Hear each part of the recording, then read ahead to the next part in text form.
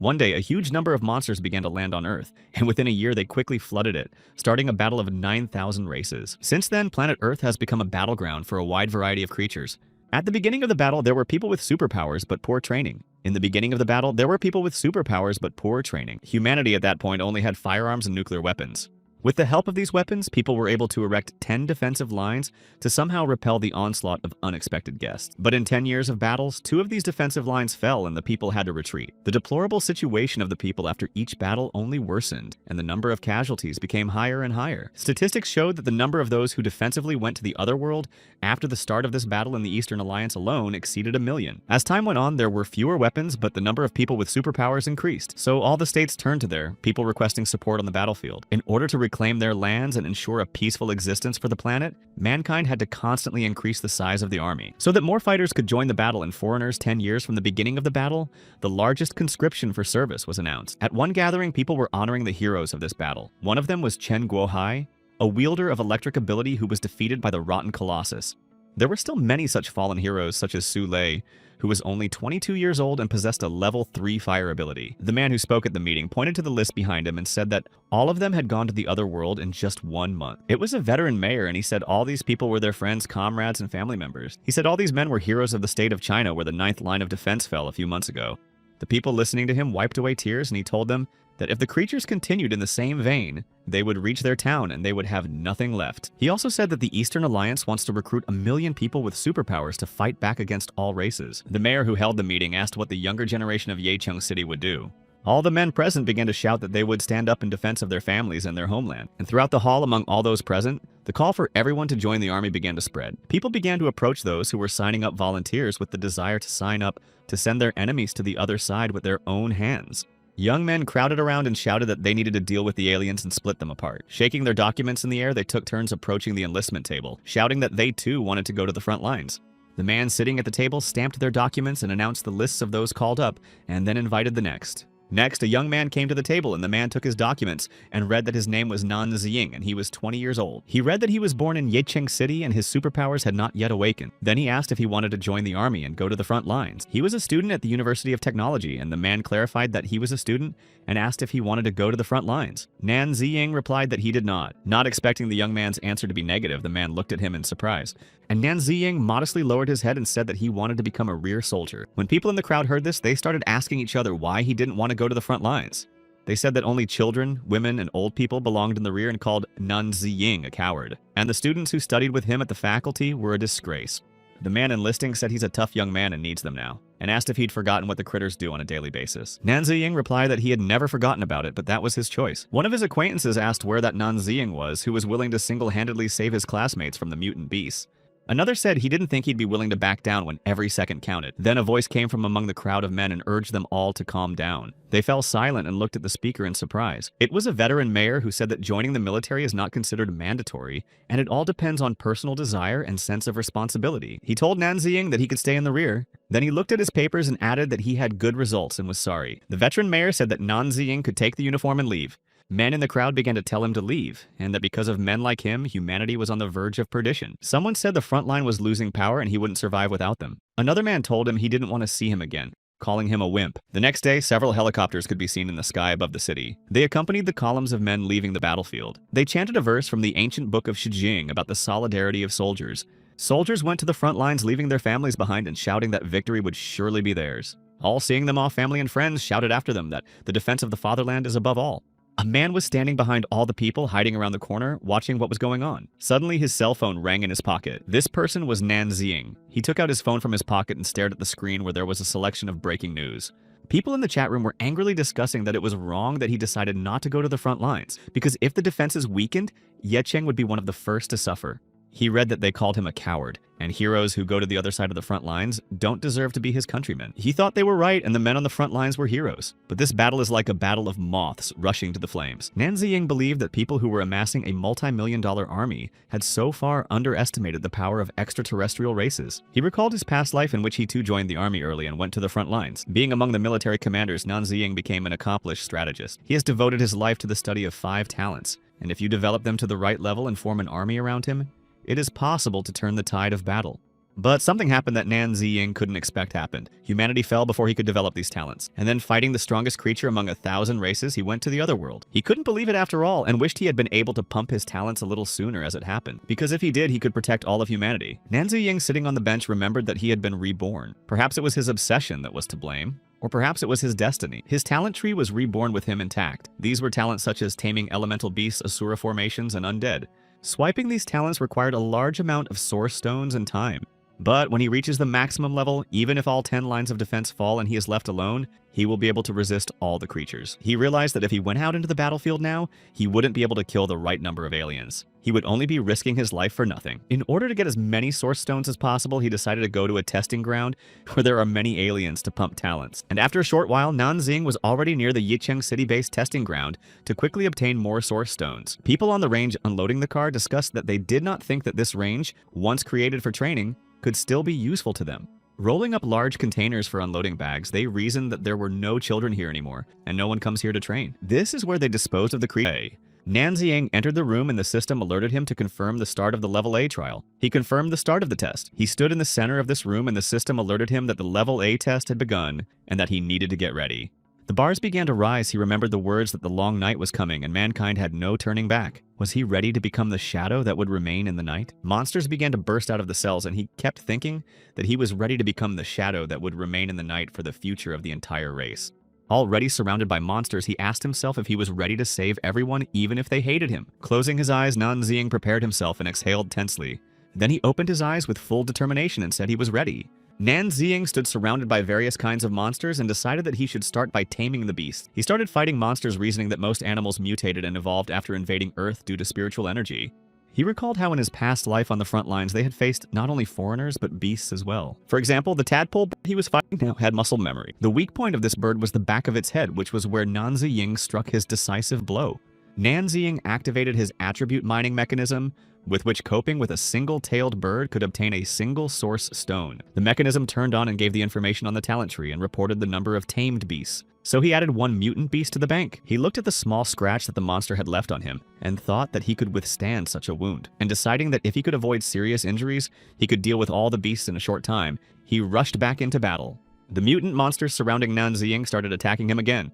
So far, he had successfully repelled the attacks of the headbirds with his weapons. They were attacking him from the air as well, and Nan Ziying decided that he should deal with the flying animals first. He quickly ran among them with a few swings of his weapon to deal with the monsters. The system gave out information on the talent tree. This time the tamed beasts were already 5. Nan Ziying stood among the mutant beasts he had defeated and thought that there was still an effect from his actions. And then he saw among the other monsters the strongest king of the warbler birds approaching him. He realized that given his current physical training that he would have to sweat with this monster. The attacks of the king of the warbler birds were so strong that they knocked the enemy off their feet. After another monster attack, Nan Ziying realized that it was time to act. He turned around and gave the king of the bird-headed men a powerful blow with his weapon. But when he saw that the monster was all right, he decided that it would be stronger than the one he had met in his previous life. He gathered all his strength again and prepared his weapons for battle and turned to face the monster. And deciding that I should try to hit him again, I attacked again. The two women were watching when the signal that dinner was about to begin sounded. Xiaoliu came up to them and asked why they weren't going to lunch. Auntie Wang replied that they didn't have time for lunch and wondered how long the show would last. Aunt Li thought that Nan Ziying would soon escape because their city was on the 5th line of defense, which was almost the same as the front line. Auntie Wang added that he was about to take advantage of the fuss and run away, and if he dares to do that, then they will capture him. Xiaoliu surprisingly said that he had chosen a Level A trial, which was equivalent to an advanced trial in terms of difficulty. Just then, the women heard the system alert that contestant Nan Ziying had completed the first floor of the A-level trials. They were surprised that someone could complete the ordeal so quickly. Auntie Wang said that it was likely that he had realized that it was hard and just retreated. They were about to go there to pick him up, but on the way, Auntie Wang stumbled upon something. She fell to the floor, and when she raised her head, she was surprised to see that Nan Ziying was standing in front of them. His clothes were all tattered with scratches on his body, and the system reported that he had sent monsters to the other world 2,000 times. And this is a new record. The women asked what his appearance was and then realized that he had managed to pass the A-level test. Nan Ziying only replied to the women that he had passed this test and said that they could do whatever they needed to do with the lifeless bodies. He went away and Xiaoliu told the others that they could get down to business. The women opened the door of the room where Nan Ziying came out and saw a mountain of lifeless monster bodies and were amazed that there were so many of them. Meanwhile, Nan Ziying turned on the water in the shower and thought about the fact that he had pumped normally and he had received the information on the talent tree. After receiving the information that he was at the second level, he decided that to reach the third level of Beastomer, he needed to train above the first floor. A battle bulletin came in that the army was about to begin an offensive. He realized that many people with superpowers had already arrived at the front lines. He knew that in his past life they had gone to the other world almost immediately, and now the situation on the front lines would escalate and there would be more casualties. He closed the faucet thinking that in order to change anything he would have to compete with time itself. He decided that he should go to the second floor right now. The women were doing their job and they were thinking that they didn't think this kid would pass the test, but they thought he would take a long time to recover. Auntie Lee said that he had done his best because it was an A-level test that few people had been able to pass before. But Auntie Wang objected that to get everything at once was a useless endeavor, and everything should be approached gradually. She added that he suffered a lot of injuries and will be recovering for a few days, and then possibly become sidelined or not return to action at all. Xiao Liu, who was working with them, saw that Nan Ziying had returned. Auntie Li coughed and asked Auntie Wang to keep her voice down because he had come, but she only said indignantly, "So what?" She asked why he was hanging around here since he had already passed the first level. Nan Ziying replied that he wanted to continue the trial and pass the second floor. He walked past the women and Auntie Wang turned around and looked after him, wondering if he was really going to the second floor. She asked why he wanted to go to the second floor with those injuries and who he wanted to prove something to. Xiao Liu told him that the beasts on the second floor were even stronger and scarier and asked him to wait a bit while they looked for volunteers to help him. But he didn't listen to them and went on, but thanked them and said he was used to doing things alone. Auntie Wang shouted at him that if he could do it all alone, then why was he in the rear? And asked who he was showing off for. And Xiao Lu thought that it was strange because people like him were not afraid to go to the other world and did not hide from problem. Nan Ziying walked to another room and the system alerted that he had launched the second floor of the A-level trial. Huge bull triggers began to approach him. He thought that the second floor was very different from the first floor. The atmosphere here was even more tense. Having prepared his weapons for battle, he entered the fray with a large number of huge bull tigers. One of the monsters sprang towards him at great speed and managed to push him in the back with its horns.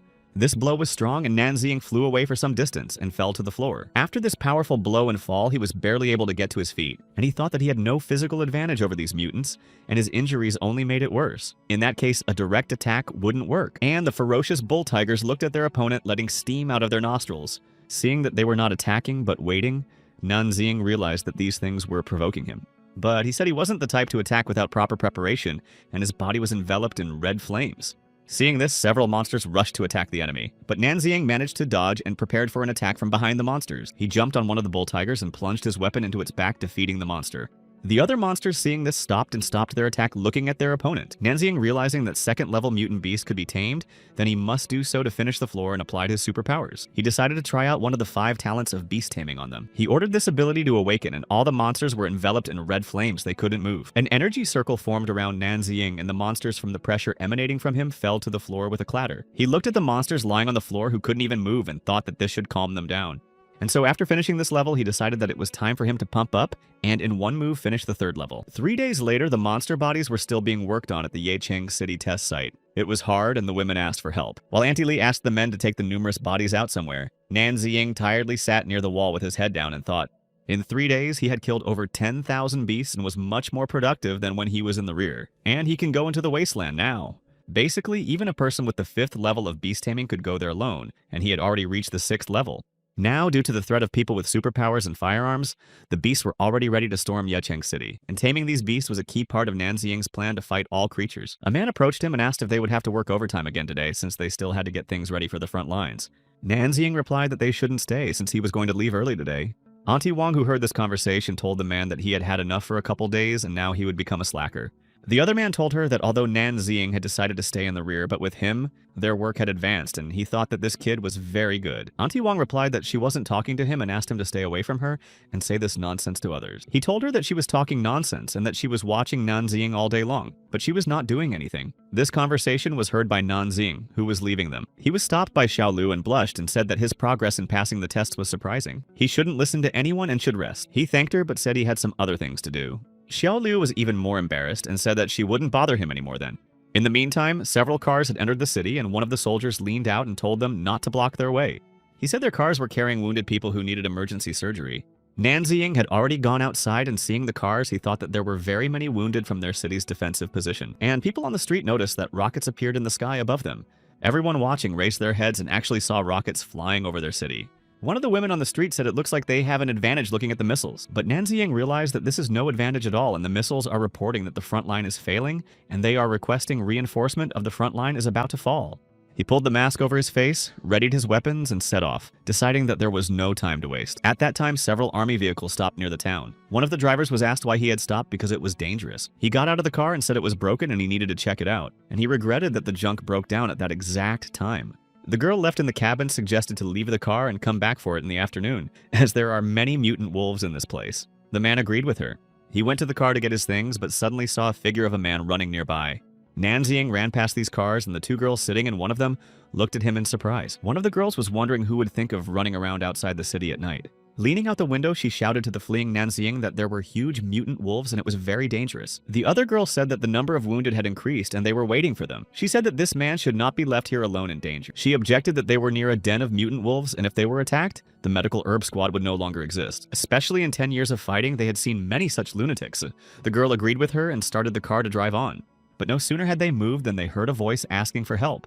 One of the girls looked out the window and realized it was their partner who had come out to get their stuff. The mirror showed that he could no longer be helped as a huge mutant wolf was approaching. The second girl grabbed her gun and yelled for her to start the car because there are wolves here. Meanwhile, a wolf had already approached their car and was trying to break the windshield to get inside. Pointing her weapon at the huge monster, one of the girls shouted to the other to accelerate faster. Then, taking aim at the wolf and shouting fire, she shot it. Hearing the gunshots that rang out nearby, Nanziying turned around and realized that something had happened to the herb gathering squad. Looking around, he saw many glowing eyes watching him and realized that the mutant wolves had ambushed him here. He decided it would be good for him as it would save him some energy. The wolves surrounded him, and as the concentration of spiritual energy increased, these beasts became more and more intelligent. Meanwhile, the girls continued to shoot back at the huge wolf through their car window. The shooting girl asked her partner, Xiaonan, to be more careful. She said it was fine. Then her partner asked her to press the gas pedal when they had put all the wolves away. Xiaonan replied that she understood her and got ready to grip the steering wheel. Meanwhile, Nanziying was fighting the mutant wolves that were attacking him. Then he saw a huge wolf walking behind the others and realized that their leader was here too. He decided that to save the medical team, all he had to do was deal with a pack of wolves. And the pack leader was already approaching him with ruffled fur and huge fangs preparing to attack. Nanziying thought that if the wolf boss showed up in the arena, then the battle had already begun. He paused for a second and began to apply the talent of taming beasts. A powerful energy wave formed around him and hit the wolves surrounding him, causing them to freeze in place. After that, a wave of energy began to lift the monsters into the air while Nanziying stood and watched. The only one of the wolves who could stay on the ground was their leader, who continued to crouch ready to attack. Numerous wolves that had been lifted into the air by the energy wave began to fall to the ground. And Nanziying was already being approached by the pack leader, and several wolves were walking beside him. Nanziying, shrouded in the blue glow of the taming talent, thought that, as the saying goes, if you shoot a rider, you should shoot his horse first. All the wolves that had landed in time lifted their muzzles and looked up. Nanziying activated his strength and rose above them in a huge energy wave. Then he jumped off of it, and the wave covered all the wolves that were underneath it. Looking down at the wolf leader from above, Nanziying thought that if he could tame him first, it would be much easier from here on. And he used his powers to shout for the Steel Wolf King to obey him. He approached the pack leader and hit him with a powerful wave of energy. The pack leader was tamed, and the rest of the mutant wolves began to retreat. The girl who was still shooting away from the wolves at this time told Xiaonan to chase and hurry up. She pressed the gas, but the car wouldn't move. Xiaonan didn't understand why her car would stall. Realizing they couldn't leave here, the girl who shot the wolves thought they were finished. The headlights made the wolves surrounding the car even more furious. The mutant wolves began to attack the car with determination, and glass rained down on the girls from all sides. Through the broken windshield, a wolf came into the car with its mouth open, revealing huge fangs. The three wolves on all sides were already trying to get inside their car, and then the girls opened their eyes and realized that something had changed. The wolves' gaze changed dramatically, and they became friendly. Then all the wolves surrounding the car turned around and walked away. The two girls looked after them sitting behind the broken windows and didn't understand what had happened, and the mutant wolves ran shrouded in blue flames back to their pack. Nanziying stood on a large rock while the mutant wolves he had tamed gathered around him. The girls climbed onto their car and saw in the distance how a pack of wolves gathered near this man. Xiaonan realized that he was able to tame them. The second girl was surprised that he could tame 1,000 wolves by himself, and said that his taming skill must be well trained. The system alerted Nanziying that 1,000 steel mutant wolves had been tamed, and he had advanced to the 7th level of beast taming. He thought the source stones were worth their weight in gold, and there was no point in wasting them on taming beasts. He said he never thought he'd have such pets. He sat and stroked the pack leader and told them they were good, but he would let them go now and call them when the time was right. And to his tame wolves, he told them not to attack humans. Standing on a large rock, he thought that there were 3 uninhabited areas near Yecheng, and more to come. All the beasts in these areas should be tamed and subdued. And in order for him to be fully prepared for battle, he would need to form an army of mutant beasts. He had no other choice. And then Nanziying remembered that there was a medical team left nearby and decided that it was necessary to help them get to the city. His phone beeped in his pocket and an urgent message came from the warehouse. It alerted him to an urgent meeting and asked him not to miss it. At the Yecheng test site, an urgent meeting began at which all the workers were present and the officers who addressed them arrived. They talked about how disappointing their range was, and they thought that if the workers fulfilled the plan, they could help the front line. The man who spoke to the workers said he didn't think mutants just above the normal level would be beyond them. The mayor replied that this was the first time they were dealing with level 4 mutant beasts and they needed more time to understand what they were. The officer looked at him in surprise and asked again if they needed time, and then he got angry and asked if they knew what time it was. He added that there was a shortage of food on the front lines. He said that there weren't many mutant beasts left in the rear, and if they wanted to help the soldiers, they needed to deal with the higher level creatures. The veteran mayor responded that he understood him and said they would send more people from their city to address these issues. He replied that it was probably no longer necessary since he had seen no one useful. He asked that perhaps they themselves wanted to delay deliveries and destroy the city. He was told that these level 4 mutant beasts were beyond the capabilities of Yecheng City. The officer said that those who are slowing down the whole process are the main cowards of the city, and added that nobody in this town can be relied on. Auntie Wong said she'd had enough and that if he was an officer, he was wrong to think he could do anything. She added that her husband and 3 sons had fallen on the front line. She said they worked days on end to keep up with the delivery schedule, and how dare he devalue their efforts and insult them. The officer said that she was a bizarre woman, and one of the soldiers had already rushed to her, saying that she disrespected their commander. She frightenedly asked what he was up to. The soldier already preparing to strike Auntie Wong clenched his fist, which lit up with red flames.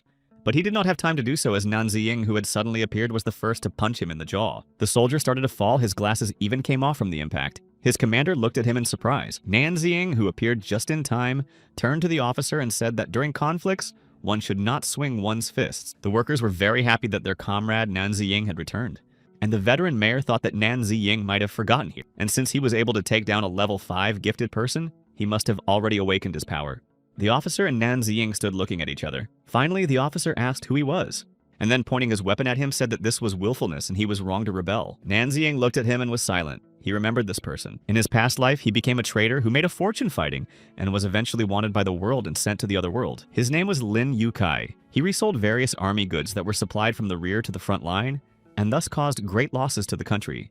He realized that he was watching the speed of work and wanted Yecheng to defeat more mutant beasts ostensibly for the front lines, but really to resell. We had to deal with him, but first we had to suck him dry of all the resources he had stashed away. But he was told no one was thinking of rebelling. He said none of these workers could be called irresponsible. The others supported him and said how dare he point guns at them, because they were helping as best they could but didn't know how else to prove it.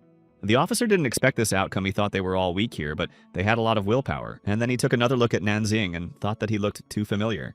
Then he remembered it was the same Nan Ziying from the news, the coward who ran to the rear, and said he dare not raise his hand on his soldiers. His soldier, recovering from the blow, suggested to his commander that he should be sent to the other side. The veteran mayor asked him to calm down, but the soldier said his level 5 gifted man was being groped and couldn't get away with it. Nan Ziying calmly said that if they wanted to send him to the other world, they could do so.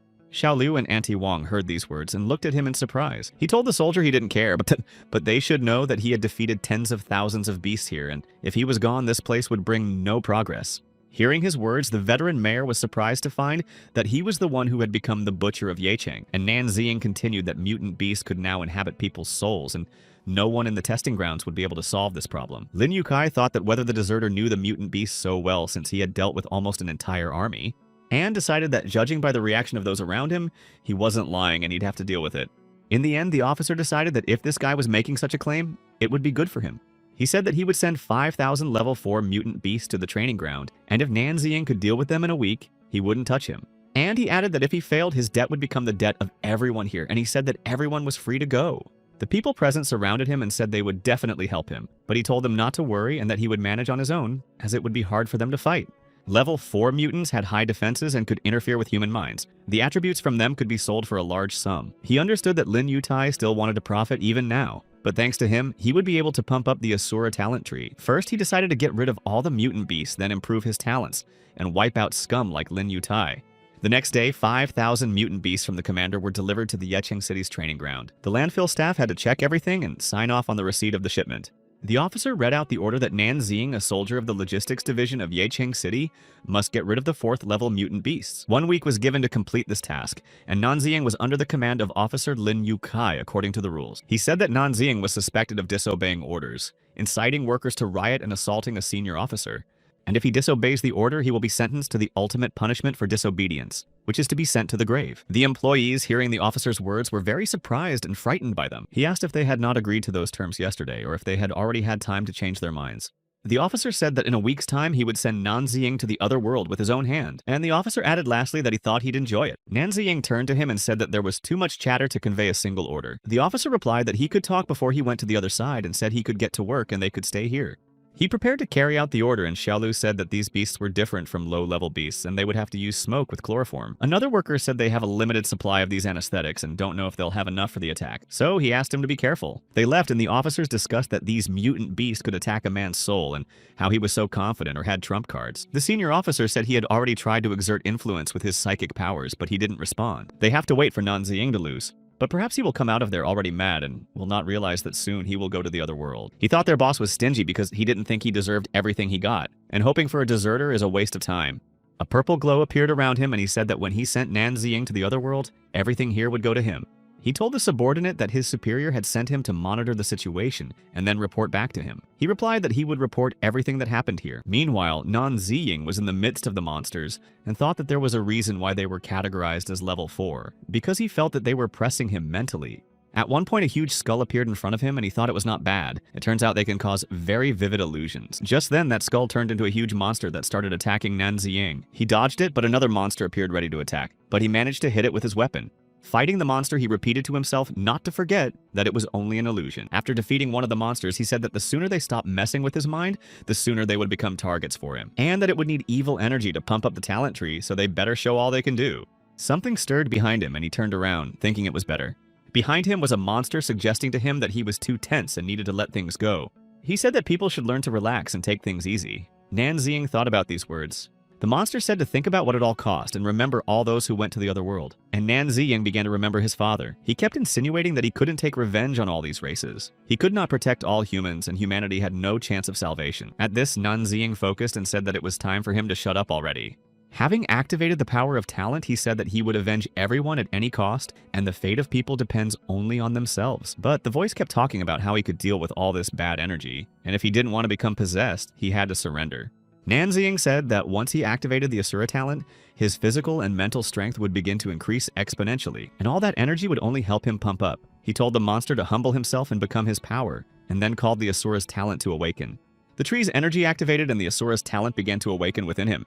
At this time, Lin Yukai was discussing on the phone that the other party was asking for goods. The girl poured him wine and told him to rest because he was working hard. And he thought about the fact that the demand for goods was increasing, so he needed to make money out of it while he could, or the mutant beasts would be wasted. He also thought his subordinates had too big an appetite, and he was also wary of undercover investigations. He thought he'd had enough of all this and finished the wine from his glass. Lin Yutai kept thinking about where to find a place where he could safely work with high-level mutants, and then his phone rang. He picked up the phone and was told it was about the test site to which he had assigned a mission. Before he finished, he said that this bunch of losers couldn't do anything properly. He asked if their chief Nan Ziying had gone to the afterlife. He was told that it had only been 4 days and they were already almost done with the mutants that exceeded the capabilities of Yecheng City. He was very surprised by this, and the tube once again confirmed that the mission was completely completed and all the level 4 mutant beasts had been sent to the other world by one person, Nan Ziying. Lin Yukai asked how that guy Nan Ziying was doing and if he was still there. He was told that he looked tired, but it was nothing serious and he was conscious. He ordered the soldier to keep an eye on him, and if he did anything strange, do whatever was necessary. The officer at the time thought the little one had really done well. The officer thought about how this guy didn't have spiritual-type superpowers and didn't understand how he did all this.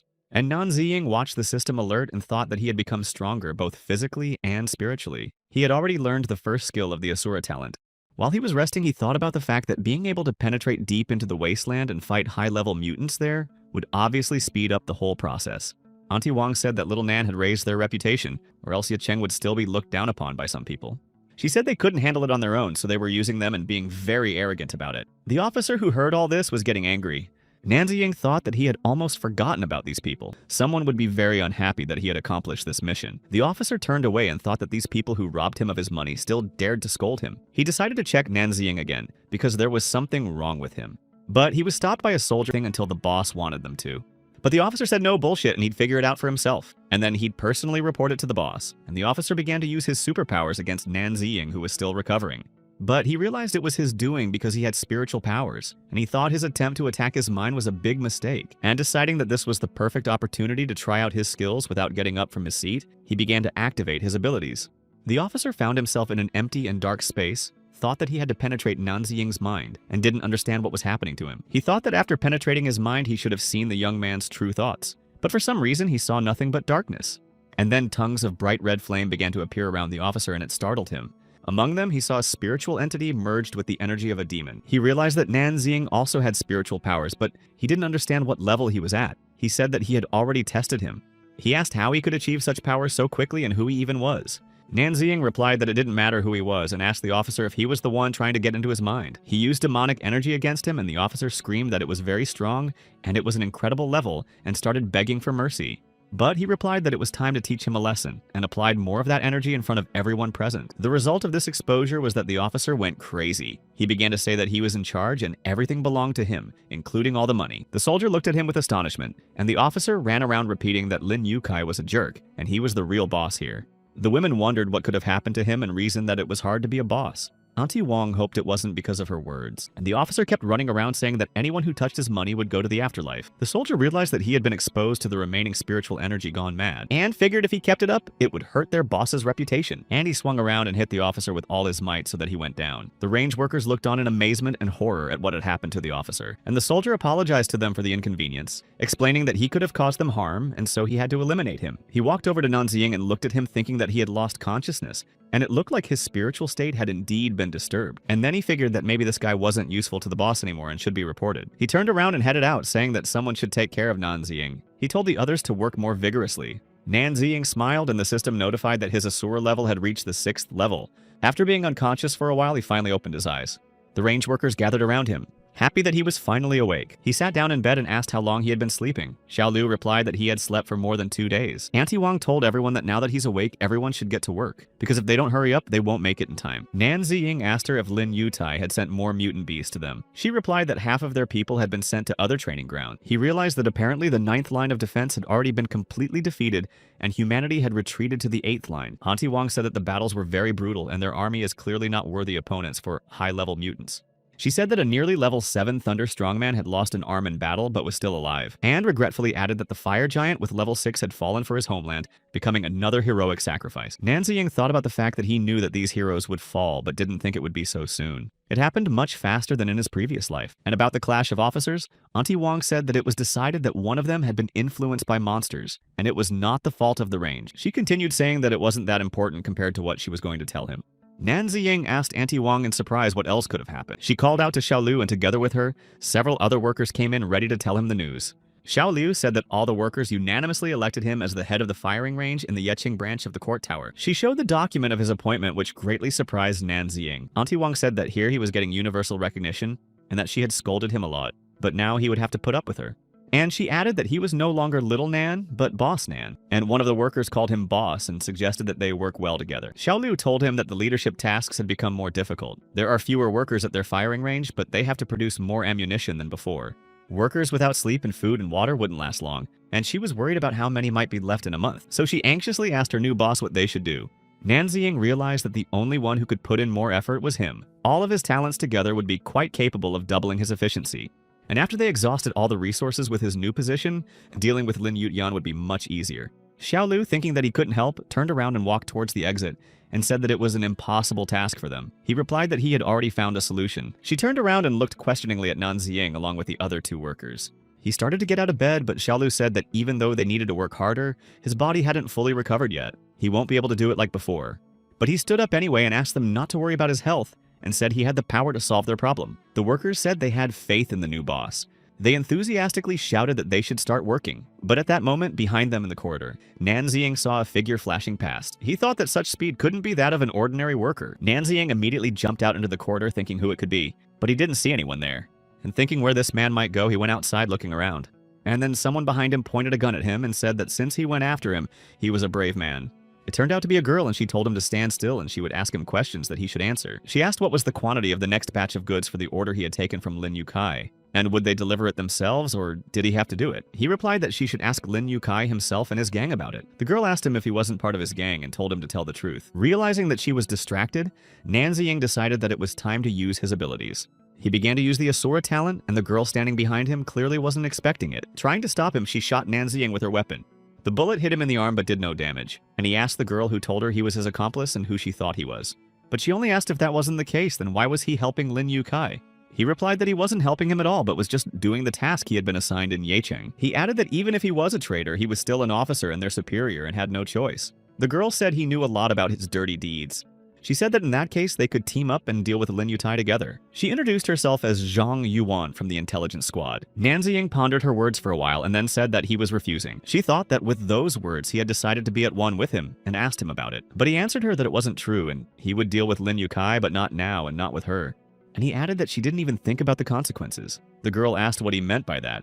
He explained that if she wanted to get rid of Lin Yukai, she had two options. It's either an assassination attempt or denouncing him. But how can she be sure that if she sends him to the other side, she won't be ratted out? Or if the assassination attempt failed, what would happen to her next? What he said made Zhang Yuan think for a moment. He also said that if they tried to expose him now, the investigation would obviously be delayed because of the battles. And if rumors spread, it's obviously seen as internal disunity, thus starting a chain reaction that will lead to chaos in the rear. She clearly hadn't thought about it before and even a little embarrassed asked what they should do now. He told her he'd take care of it himself, and his answer surprised the girl.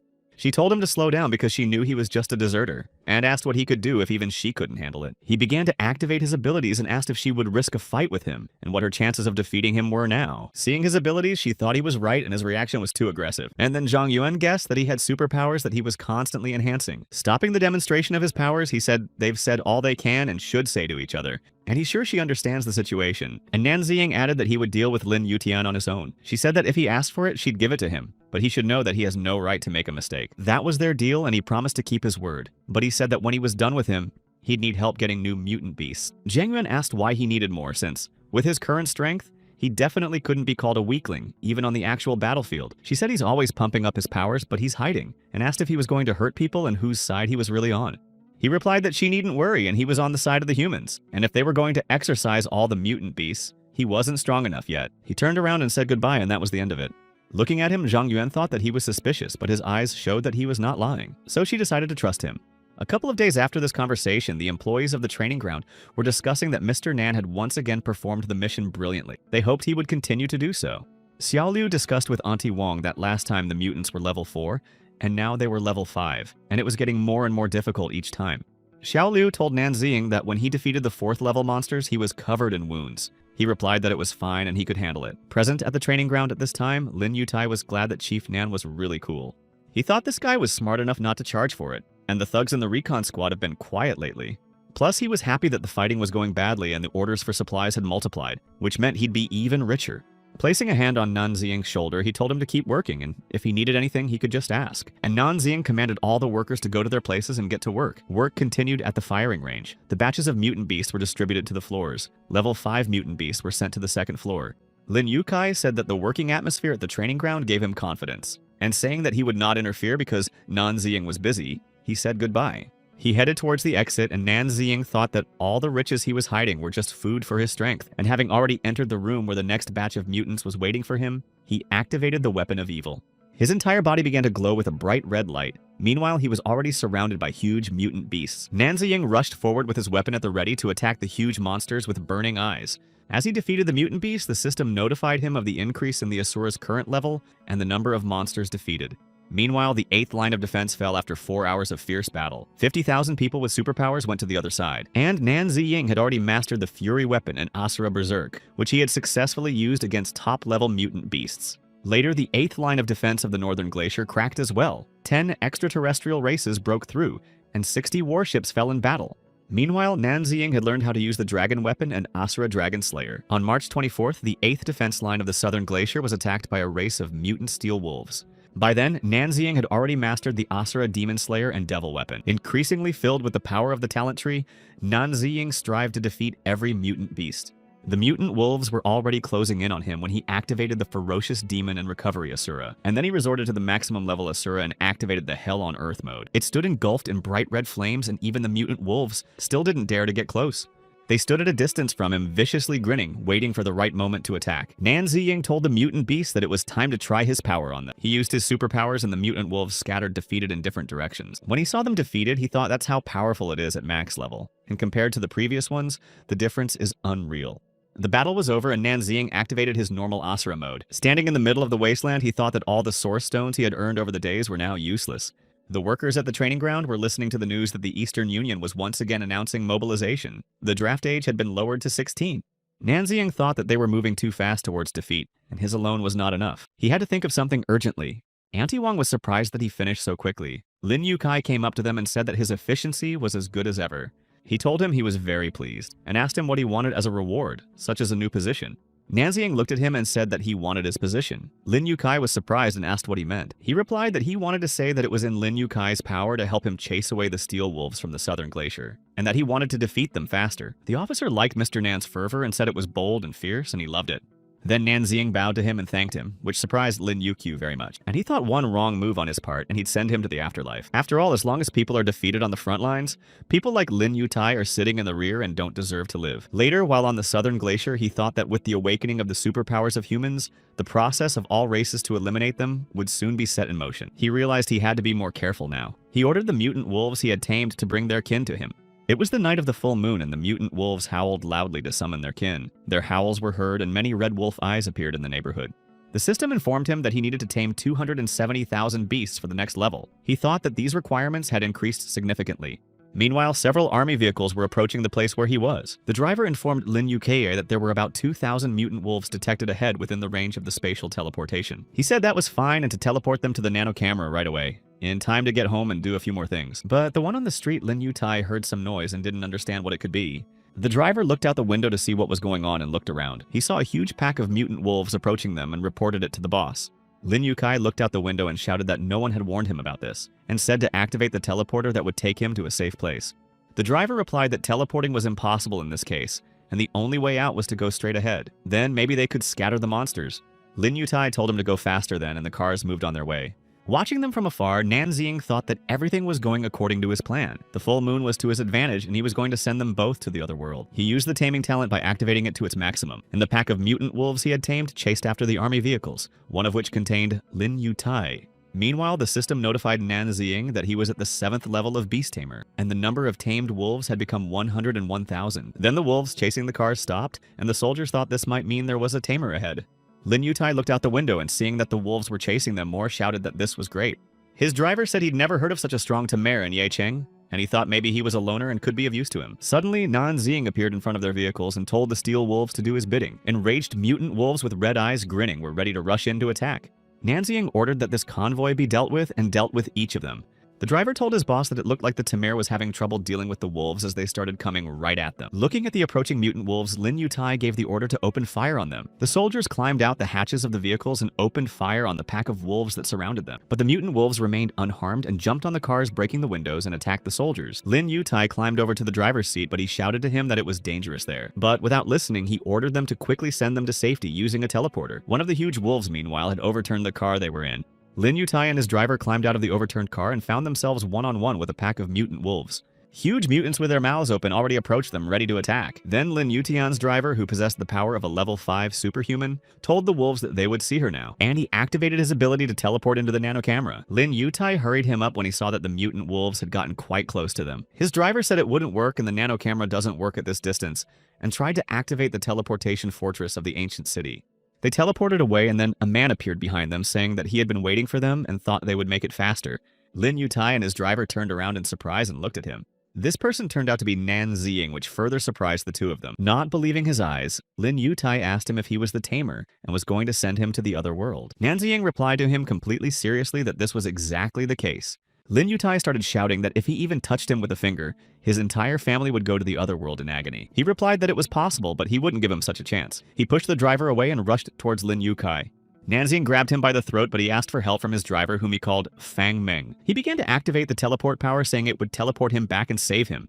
But Nanzing had already started to activate the Dragon Slayer Asura, which transformed into a devastating energy when attacked. Pulling Fang Meng away from him with that energy, he still clutched Lin Yukai's throat. He then grabbed Fang Meng's hand, and he was unable to teleport without realizing what Nanzing's level was. Nanzing squeezed his hand with great force and flung him away from himself, and he fell to the ground. He was about to send him to the next world, but the driver lying on the ground begged for mercy, saying that it was worth it to dispense with the insults. Nanzing threw Lin Yuki away with his energy. The latter shouted at him that he was a traitor and a deserter, but he didn't have time to say anything because he landed where huge mutant wolves were waiting for him, ready to kill him. Watching them send Lin Yukai to the other world, he said goodbye to him. That same night, while sitting in the bathroom, Su Leng observed a powerful energy emanating from the surroundings of Yecheng City. She was a level 5 Asura superhuman, and she thought that maybe she hadn't realized that there was a very powerful superhuman in town. And she decided it was imperative to report it to the Bureau of Superhuman Research. And Nanxing approached the army vehicle surrounded by a pack of mutant wolves and said that it was over and they could go out. His tame wolves ran up to him and started licking him. He laughed and asked them to stop. Then he ordered them all to sit down and be quiet. The wolves obeyed him. He looked at the pack of mutant wolves sitting in front of him and thought about what he would do with them now. Stroking one of them, he said they were smart and did a great job with the order today. And saying that as a reward he would pet them, he began to call the wolves to him and pet them one by one. Then he climbed onto the roof of the car and told his pets that there was a new assignment for them. They needed to find and bring him source stones from the north of the Gobi Desert. The mutant wolves listened to his command and the entire pack raised their heads and howled at the full moon. The next day, when he was already at the Yecheng training ground, he sat on the steps and decided to eat something. Zhang Yuan came up to him. She said that Lin Yutai and his team had encountered a pack of mutant beasts near the northern wasteland, and no one managed to survive, and asked if he had anything to do with it. Nanxing replied that he only asked him to deliver a couple of mutant beasts to him. She was surprised to hear that he could control them too. Nanxing put his finger to his lips and asked him to keep this talent of his a secret. Then she said she would hand over all the evidence of Lin Yukai's fraud in the morning, and it's likely that his property will be confiscated soon. And since that was the case, Zhang Yuan offered to buy him a drink as a thank you. He replied that he wasn't really in the mood to drink while the country was in crisis. But he said if she wanted to thank him, she could do it another way. She got embarrassed and blushed, asking Nanxing what kind of method it was. He wanted to make it Yecheng's largest slaughterhouse. She said that given the lack of resources on the front lines, it would please the top brass, and agreed. And the very next day, Nanxing entered the 4th room of the slaughterhouse. He thought that making this place a slaughterhouse for a bunch of mutant beasts and getting source stones for it was his best idea. Meanwhile, the mutant wolves he had tamed were carrying out their assigned task while fighting other monsters. Nanxing thought that at this rate, he would soon have an army of millions of steel wolves. And 2 days later, in the north of the Gobi Desert, he was summoning all the steel wolves he had tamed to protect the desert and save this world. The system gave him a layout of the area where there were 500,000 individuals of level 5 steel giant wolves in the desert north. And in the Begu Valley, a whole herd of fire yaks was already preparing to attack him. He activated his talent to tame all the 6th level fire yaks. The huge yaks were enveloped by a red light and tamed. Nanxing told them that they would guard Baigu Valley and bring him the source stones. And he added that they must not harm people or terrorize cities, and to wait for his orders. Later, while in the canyon gorge, he thought that the remaining million source stones would be enough for another batch of mutants from the gorge. He was surrounded by numerous beasts with red glowing eyes, and he felt that their aura was noticeably different from wolves or yaks. And then a mutant ape approached him ready to attack, and Nanxing thought that it had a very strong aura and high speed. Preparing his weapon for battle, he activated the taming talent and struck the monkey. From that blow, she flew off to the side, and he thought, well, they are still at his mercy. Now the rest of the mutant monkeys were watching him and the beast lying beside him. But then Nanxing was distracted by some sound and he turned around to see what it was. It turned out that the mutant monkey he wanted to tame had risen and was now standing behind him. The monkey let out a loud scream as it opened its huge mouth in preparation for an attack, and he realized that the taming had failed. And after activating his superpowers, he decided they'd have to fight. He used Asura Berserk and pushed the huge ape away with his foot. This blow was very powerful, and the opponent flew away from Nanxing and fell down so that rocks flew up. And he used a level 8 Beast Tamer talent, activating it at full power. But there was a loud roar, and other mutant monkeys were rushing toward him. And he realized that the roar was the reason the taming was failing. Leaving the scene of the battle, he realized that trying to kill so many monsters is useless, and he had to deal with their main boss first. And the mutant apes who remained below saw him heading toward the cliff where their leader's roar was coming from. Grabbing Aliana, Nanxing was leaving one monkey and saw another monkey on his way. He flew past her on a vine, and the monkey that was chasing him crashed into his kin, and Nanxing thought they weren't very clever. The monkey tried to grab him by enveloping him with the vines, and he admitted it was a cool maneuver. But saying that they clearly underestimate their new master damaged the liana and walked away from the two mutant monkeys. At last he was near the cave where the roar was coming from. He said it was time to show who's daddy here, but he saw two huge glowing eyes in the depths of the cave. When he saw the beast coming out, he thought its size was enormous. And if it wasn't for his level, he would have been turned into a pancake long ago. When he saw the Monkey King, he thought that he was at least level 9, maybe even higher. The huge Monkey King started to attack, and Nanxing, repelling the attack, noticed that he was very fast. The mutant monkey had already opened his huge, toothy mouth, but his opponent said that he was wrong to think he was a match for him. And using his superpowers, Nanxing struck the huge monster. But the one who remained unharmed reached out to his opponent with a clawed paw and grabbed him. Swinging around, he forcefully threw Nanxing down into the canyon gorge. And then the mutant Ape King himself jumped down with a thunderous landing.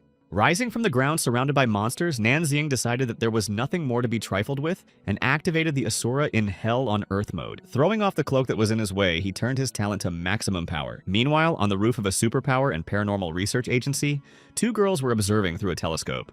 One of them asked her older sister if she was sure she was imagining things. If she didn't get enough sleep, she wouldn't be able to grow up. Tearing herself away from the telescope, Su Leng said that this was a very strong energy and there could be no mistake. And from above, they were ordered to keep an eye on Ye Cheng for a couple of days.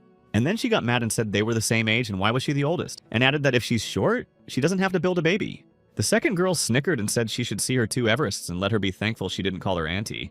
But then Su Leng turned her attention back to the telescope and told her to get ready to watch the southwest of Yecheng Canyon Gorge. The other girl, whose name was Zhao Ke, possessed a level 5 Asura's psychic perception and began to activate it. She saw Nanziying activating the Hell on Earth mode and started fighting the mutant Ape King. He hit the huge monster with such force that it fell to the ground, and Nanziying, realizing that he was able to defeat him, began to laugh evilly. Seeing all this with psychic abilities weakened and staggered, almost falling, Su Lan, frightened, asked her to wake up and then asked what she saw. She replied that what she saw was a demonic Asura, and it was very scary. Meanwhile, Nanziying stopped to ask the mutant Ape King what he apparently didn't like about his actions. And he went on to tell him to get up and fight, but warned him that there would be no mercy. Seeing that the monster could not get up, he told him to get up once again, because it is better to go to the grave in battle than so shamefully. And then he offered a mutant ape to come to his side and fight alongside him against the other races. The monster seemed to ponder for a moment and then extended a paw clenched into a fist to Nanziying. Saying he was an obedient boy, he slammed his fist into the mutant's paw, and so they agreed. After this battle was over, Nanziying put the Asura into normal mode. He stood in front of a huge number of giant monkeys and told them to listen to him. Nanziying said that from now on, they would only obey the Monkey King and would be in the Canyon Gorge to mine the Source Stone. He warned them that the people in cities could not be touched and to wait for his orders. The next day, she told Kair that she'd felt another energy flow last night, but maybe she imagined it. She answered her that unfortunately she could only use her ability once every 24 hours and only for 3 seconds. Su Leng replied that she just meant that it was just her thoughts. She wondered if the two energies could come from the same person. Kair said they've been following the Eastern Alliance for years and the top 10 in the Esper family ranking system remain a mystery and no one knows their names. But she said it was a powerful Asura and it was definitely one of the 10. Su Leng said she was right and suggested she look at the list again. The next day, the news broke that a mysterious man in a black cloak had appeared in the Canyon Gorge and he managed to take the 10th place in the ranking. Nanziying returned to the range where Xiao Lu handed him a handkerchief and told him to wipe his face, and reminded him that his phone was already ringing off the hook. He followed the news that the 8th line of defense, which included the US and Russia, had been completely defeated. The news anchor talked about to protect the country, the Eastern Alliance launched a policy of full roll call of veterans for the 5th line of defense. Nanjing thought about the fact that it wasn't just them who were growing in casualties, and the conscription of veterans also happened faster. There was a message on his phone from his father. He asked if he had time to come over to their house for dinner. He introduced his family. His wife's name was Qing Shuimei, and she was a volunteer at the factory. His daughter, whose name was Nan Jishin, worked as a medical expert, and like he said, his son didn't go to the front lines because he worked hard at the range to make sure there were always the right resources there. And he's a great kid. And he added that he would always support him no matter what he did as long as it was not against the norms of morality. The reporter listened to Nan Xiangshan's words with surprise. Nan Ziying sat at the table and bowed his head, thinking about his dad being stupid. And then Fang Shan turned to him and said that the 8th line of defense had fallen and many of his friends with it, and asked if he had any comments. His father got angry and yelled at her to stop pushing him, and said that when they called him in, they wanted him on the 6th line of defense. But he volunteered for line 7 and asked the reporter if that shouldn't be enough. And even if his son isn't on the front lines, dealing with Beast on the range is just as hard a job. And resourcing is at an all-time high because of it. Nan Jishan said that if that wasn't enough, there was also her. She volunteered as a medical volunteer for the 7th line of defense. And his mother added that if that wasn't enough, she'd take his place. Silence hung in the room and everyone looked at each other in silence for a while. Finally, Fangshan came to her senses and apologized for all of this, and said that they had better leave. But then Nan Ziying slapped the table and told his father that he would go to the front lines with them. He got up from the table and headed for the exit. His mother asked him where he was going since it was already evening. Nan Ziying replied that he had business at the firing range. Qing Shuimei asked if it was serious, and suggested that he eat first and then go. But my father said he could go because it was his business, and added that at least they got to see each other. A little later, Nan Ziying was running through the wild coastal forest and thought that he still had time today. He stopped and looked around today he was going to tame the wild war elephants. While alone in a clearing surrounded by dense forest, he sensed something and said they could stop hiding and come out. And then a huge wild elephant with red eyes jumped out to him through the thicket of trees. He was about to hit Nan Ziying with the log he held in his trunk, but he dodged and jumped on the elephant thinking he had to hurry. He didn't have time to play hide and seek and started activating his superpower. Sitting on the head of a huge mutant elephant, Nan Ziying used a taming talent. When the taming worked, he told him to tell the others that if they disobeyed, they would go to the other side of the world. The elephant summoned his kin and a multitude of mutant elephants emerged from the forest into the clearing. Nanziying turned to the battle elephants and told them to listen to his orders. He told them to stay in the wild coastal forests and mine rocks for him pending further orders. The system gave out information on his achievements, and he realized that the formation tree was finally activated. And Nanziying thought that he needed to level up urgently, so he decided to go to the proving ground to get the source stones. After defeating a few mutant beasts at the training ground, he learned that it was enough to level up, so he decided to try the weapon energy formation. Meanwhile, other mutant beasts had already started to approach him. He summoned the power of heaven and earth to be able to rise up the thousands of guns that appeared around him. Nanziying activated a weapon energy formation that swirled around him in a whirlwind and scattered towards the monsters. But even after using this weapon, the monsters surrounding him were unharmed. He thought that a level 1 weapon energy formation was too weak and needed more. He then used 2,000 weapon energy formations. After defeating these mutants, he thought that if he cast formations in each shop, it would be easier for him to deal with them. He moved to the second workshop, and there he summoned the might of 2,000 golden spirit formations for victory. An hour later finished, he was sitting on the rooftop checking the system update. Now at the second level, he had access to the Zlati spirit and weapon enhancement formations. He thought about the fact that it was already dawn and it was time for him to say goodbye to everyone and go to the front lines. The employees of the landfill were already gathering at their workstations. Xiao Lu said hello to Auntie Wang and Auntie Zhang. The door to the workshops was open and they realized that Mr. Nan had been working all night. Auntie Zhang said she didn't know how he could stand it. Auntie Wang got angry and said it was because of the journalists. And the women who knew what had happened asked what she meant. She pointed to her phone and said it was all over the news and she had been fending off attacks in the comments all night. She showed them the news about Nanziying's father making a comment about the draft. And underneath, there were numerous angry comments. When the women saw this, they got angry, saying these assholes had gone too far. And then they heard the voice of Nanziying behind them, who was glad that they had all already arrived and turned around. He approached the women and said he had something to tell everyone. They were surprised by this, but were beginning to realize where he was going. Another worker came in and told the manager that a letter had come from his father. He took the letter and began to read it. His father wrote that he and his sister had already left for the front lines. His father wrote that he didn't know what Nanziying was up to, but he knew it was something great and extremely serious, because he was brave and stubborn from childhood. He also wrote that he guessed long ago that the mysterious young man with the incredibly strong Asura was him. He wrote that all this time he was holding on for all of them, and that he didn't need to listen to others. He ended by saying that his mother was still in Yicheng, and asked him to protect her. He finished the letter and the women started saying he was overstretching himself. And if the polygons don't deliver enough resources, everyone will fall. And Auntie Wang added that she would make sure none of these internet trolls dare open their mouths against their manager. He thanked them all and said it was okay, but he really had something to tell them. Nanziying said that if he was not mistaken, they announced a couple of days ago that there was a new 5th line of defense. Xiaolu said that this is indeed the case and she is going there as the chief engineer. Then he turned around and headed for the exit and told them not to worry because the range would still be fully operational. A little later, many people gathered in the street to escort the new recruits to the front lines. Standing amongst the crowd of people, Nanziying mentally told his father that his words had convinced him. He thought that his father was right, and if he went to the front now, it would be absolutely useless, and he'd be letting his family down. A new race of monsters ascended unable to extract energy sources. He won't be able to get an upgrade there, and he won't be able to save humanity. Nanziying decided that the only way out was to focus on creating a 5th line of defense that would become the last battlefield of humans and monsters, and he mentally told his father that he could take it easy and he wouldn't let him down. 3 days later, the construction of the 5th defense line had already begun, and Engineer Li was telling Chief Engineer Nanziying that he was the best of the best. He recognized that the energized outer wall he designed, connecting 20 cities, was a defense that could not be rammed through.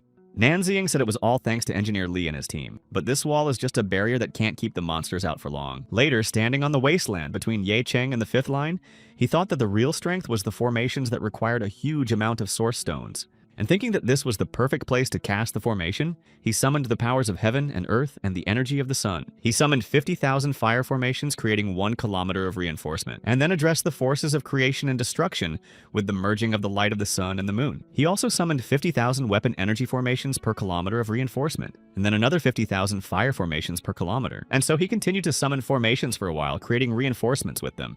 It ended up being reinforced with 10 kilometers of mined formations. He figured it would be enough to slow down the low-level ascended ones, and there was no point in casting 3rd-level formations just to waste the source stones. He decided that at night he could mine 30 kilometers of the 1st defensive line. To do this, he would need 1,250,000 formations. The next day at the construction site, Engineer Li came up to him and said that they were having problems. Nanziying asked him what was wrong. He showed him the phone the news was saying that the recently introduced plan for a 5th line of defense was proving useless, and people wanted to get the wall torn down. And Engineer Li said that if that's what the public thinks, they're in bad shape. Nanziying told him not to worry and keep working. In the meantime, he would come up with a new defense plan, and he himself thought that the wall was a trap, and when the monsters passed through it, it would let their guard down, and they wouldn't notice the formations themselves. But he wondered what good it could do other than confuse the enemy. And then he got an idea for his talent tree. He took the tablet from Engineer Lee and started writing something, thinking that even if his talent tree hadn't lit up yet, he could think of a plan for the future. When he finished writing, he gave the clipboard to Engineer Lee and told him to build 2 ditches on either side of the wall. The front one would be filled with water and the back one with oil. He planned when the Ascended attacked to bring electricity and water to the wall. Then they'd set the oil on fire as they climbed over the wall. Engineer Lee said with admiration that it was matchless and decided to report the plan to the city right away. Leaving, Engineer Lee added that he thought they'd be absolutely thrilled. And Nan Ziying thought that when he activated the new talent tree, that's when the real battle would begin. In just a couple days, thanks to the tamed monsters, he had collected enough source stones and reached the 4th level. Looking over the surrounding area from the cliff, he thought about the fact that there were still 75 kilometers of defense left. That's 375,000 formations. And he was confident that the next level up would take a little while. Then he felt a strong, familiar aura behind him and thought it was the Ascended ones. But he sensed a strong human Asura as well and thought the matter was crappy. Going to that place, he thought it was likely they had attacked one of the Esper. Meanwhile, the patriarch of the Chu clan saw disciple Singe and asked how he was able to come out of the hermitage ritual 2 years earlier than the supposed 12. Chu Xinghe said that he sensed someone's powerful energy from the northwest border. It had awakened his strength, and he had moved to a new level earlier. Chu Donghong was very surprised because the northwest border was almost always quiet, and Xinghe said it was very strange. So he decided to go to the mushroom farm and find out what it was. Chu Changhong said that it was inhabited by ascended men who were hunting espers and that it was dangerous. His disciple activated the flight skill and headed towards said that as long as there was a battle going on, this world was one big danger. And to himself, he thought that if he managed to get a couple of tips from such a strong Esper, then this risk would not be in vain. An hour later, he was already observing the formations created by Nan Ziying and marveled that such a thing could be done by one person. He thought that the best Esper masters were indeed hiding in the northwest, but something distracted him. Turning around, Shinhe saw a huge winged monster in the sky quickly approaching him. It was a monster ascended belonging to the Steel Assassin type, and it was already ready to attack. The monster didn't have time to attack as Shinhe managed to jump away from it some distance away. But when he turned around, he saw another ascended one and thought that they were justifiably called the highest race, because he had just entered the world and they had already smelled him. The second ascended monster was of the Rotten Giant type, and having discovered a level 10 Esper was about to send him to the other world. The Steel Assassin, while in the air, once again rushed to attack Shinhe. But he used his superpower in time and activated the territory control. And then he activated the energy of 1,000 guns and weapons, sprinkled on both monsters from all sides. After that, Shinhe activated his aura energy and blazing fire. He said that anyone who dared to harm him would go to the next world. Meanwhile, Nan Ziying, moving towards him, thought that defeat was getting closer, and his father was on the 7th line of defense. And what kind of Espers could there be now? In his past life, the strongest Espers remained anonymous for a long time, and their appearance made humanity perk up. But it still lost. Thinking that though this world needed his knowledge, it needed the rest of the Espers he should not let fall. Before their time, he ran faster. Meanwhile, Shinhe was trying to hold his defenses against the 2 ascended monsters. He managed it with great difficulty and realized that fighting 2 ascended ones at once was too much for him. After another blow from the Rotten Giant, he flew far to the side and was senseless. When he came to his senses, he wondered if this was his end, but if it was, he figured he'd take at least one of them with him. But then Nan Ziying whirled past him and grabbed him and carried him to the side. He set him down by a large tree and looked around to see if any mutant beasts were chasing them. After coming to his senses, Singe asked if he was the same Esper he had smelled. But instead of answering, Nan Ziying asked if he was alright and could fight. Standing up, he said that with his help, he would continue the fight. Nan Ziying said that he would take on the Steel Assassin, and he needed to distract the Rotten Giant. Shinge called him master and said that he understood him, and they scattered in different directions. Nan Ziying rushed to attack the Steel Assassin. He told the Steel Assassin that they hadn't seen each other in a while and he was going to try out a new formation on him. And he activated a 3rd level formation of evil spikes. But the spikes that appeared only broke against the Steel Assassin without harming him. Seeing this, Nan Ziying thought that, as expected, a single 3rd level formation would not be enough for him. And with his hand on the ground, he activated 50,000 3rd level evil spike formations and 50,000 ice formations. Huge spikes and ice blocks began to grow out of the ground around the Steel Assassin, and he found himself trapped among them. Seeing them from afar, Shinhe thought that these formations were much stronger than the ones he had seen before in the wasteland. He thought about this power growth hidden in the northwestern wasteland. No one knows his name, and his fighting style doesn't fit any of the clans. As he got closer and saw the Steel Assassin in the ice block, he was surprised to realize that Nan Ziying had managed to freeze him. Just then, the Rotten Giant appeared behind him, and Nan Ziying noticed him and shouted for Shinge to be more careful. The mutant beast had already opened its huge maw and bared its large yellow fangs. At this moment, Nan Ziying activated his Asura Berserk talent. Hearing this, Shinhe thought that if this was the mysterious Esper from the top 10, and as he felled the monster, he thought that with that kind of power, maybe he shouldn't send it to the grave so quickly. and give the young Esper a chance to practice. This guy had incredible power, but he hadn't reached his potential yet, and he wanted to push him, for example, by using a reinforcement formation on the man. Nanziying told Xingye to stay put and touched his head. The young man asked what he was going to do, and he used a 10-fold amplification formation on it by activating it. Xingye leaned to the ground holding his head. The system informed Nanziying that the human body could only withstand 10 times the magnification. It was just as he thought, that the limit could not be exceeded, but he thought that for him a 10-fold increase would be enough. The huge rotten giant was getting closer and closer to them, and Xingye still couldn't get up. Nanziying thought it was risky to send him into a fight in such a state, but he had no other choice. And then a glow appeared above his head and he didn't realize where it came from. It turned out to be Xingye, who was able to rise up and through amplification activated the energy of 1,000 weapons. He used this energy against the rotten giant, who now couldn't even move. But at this moment, the steel assassin was able to break free from the ice captivity and rushed into battle. Seeing that the opponent had broken free, Nanziying used a level 4 lightning energy. And after creating 50,000 formations, he said it was time to send him to the next world. He saw that Xingye had defeated the rotten giant and said that this was the true fighting strength. After panting, he thanked Nanziying for saving his life and teaching him an invaluable lesson, and said that from now on, the Chu clan would always serve him. Xingye asked that since he has such power but remains in the shadows, the master has a plan. He must be hiding from the monsters until the right time. He assumed that Master was going to make this place the main battlefield since he had placed so many formations here. Nanziying thought that he was very clever. Xingye said that from the looks of it, he was right, and took the liberty of asking if his last name started with the letter N. He went on to say that when you add up his abilities and the chatter on the networks, it wasn't hard to guess. And the news guy runs a slaughterhouse. And the formations are not far from the 5th line of defense, where he went a couple of days ago. But then he decided to keep quiet to mind his own business. And he added that it was just his guess. Nanziying thought that the young Espers must first undergo the hermitage ritual. Then how did he know so much? Xingye said that he had been reclusive for a couple years, but that didn't mean he didn't use the internet or watch TV. Nanziying thought he had won.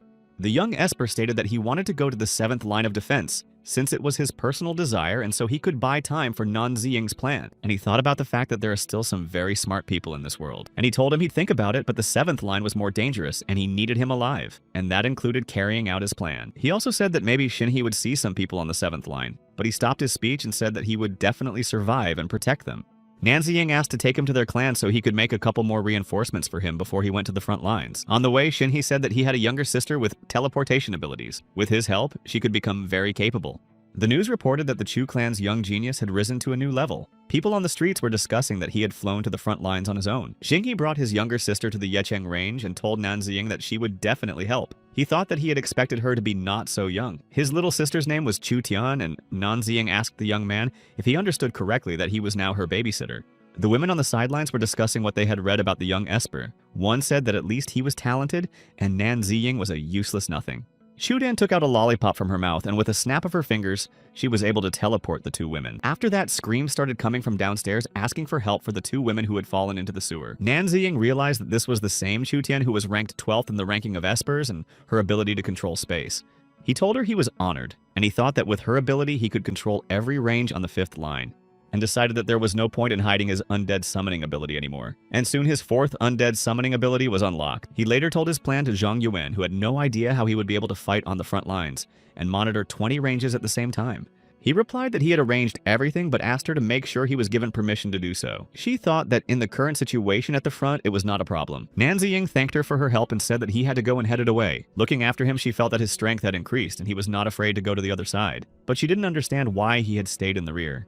He approached Chutian thinking that with his source stones and her teleportation, his level would rise faster, and said that it was time for them to go. Chutian teleported them, and just a second later, they were already standing surrounded by a pack of tame wolves that she was cuddling with. He checked the system of the source stones were many, and they needed to go to the Qin Imperial tombs 100 kilometers away from this place. Still stroking one of the steel wolves, she snapped her fingers and teleported them away. A second later, the two of them were on a steep cliff. Nanziying said that it didn't look like a tomb and that she must have sent them to the wrong place. Chutian snapped her fingers trying to teleport them again, but nothing came out, and he realized that teleportation also had a limit of 100 kilometers.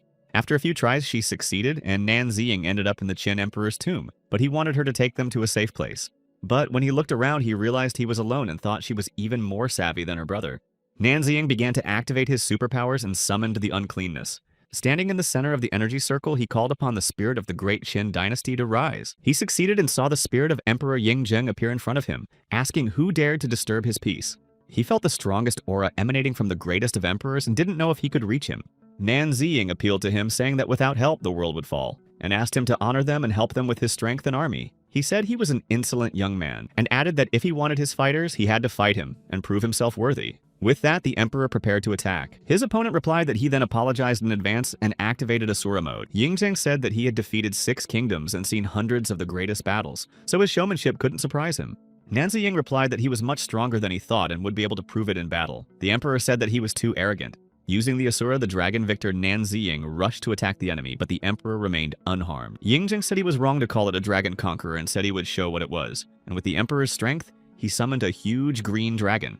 The great dragon victor attacked Nanziying and he began to fall, but he sang to activate the demon conqueror Asura and summoned the mutant beast he had tamed. The dragon started attacking again and he thought that this was what he expected from the spirit of the imperial dynasty, so he activated the Asura to maximum power. An activated hell mode on Earth, then a huge skeleton-shaped monster appeared and pounced on the dragon. With the help of this monster, Nanziying managed to defeat the huge dragon summoned by the Emperor. Seeing this, Yingjing said that it was impossible and Nanziying apologized to him and rushed to attack. He was about to strike, but the Emperor stopped him, calling him an insolent boy. He said that at this rate there would be nothing left of his tomb. Emperor Yingjin told him that he had won and that he had been at peace and ignorant for hundreds of years. He said he would give his army but asked me to tell him everything first. Nanziying told him about all the events, and the Emperor said that he could not stay away when his subjects needed protection. He gave him a tiger talisman and said that with it, he would be able to instantly summon his army when needed. Nanziying thanked the Emperor. He immediately decided to try out the talisman and called out to the warriors of the Qin Empire. Nanziying said that the enemies are attacking and he calls them to the defense of their homeland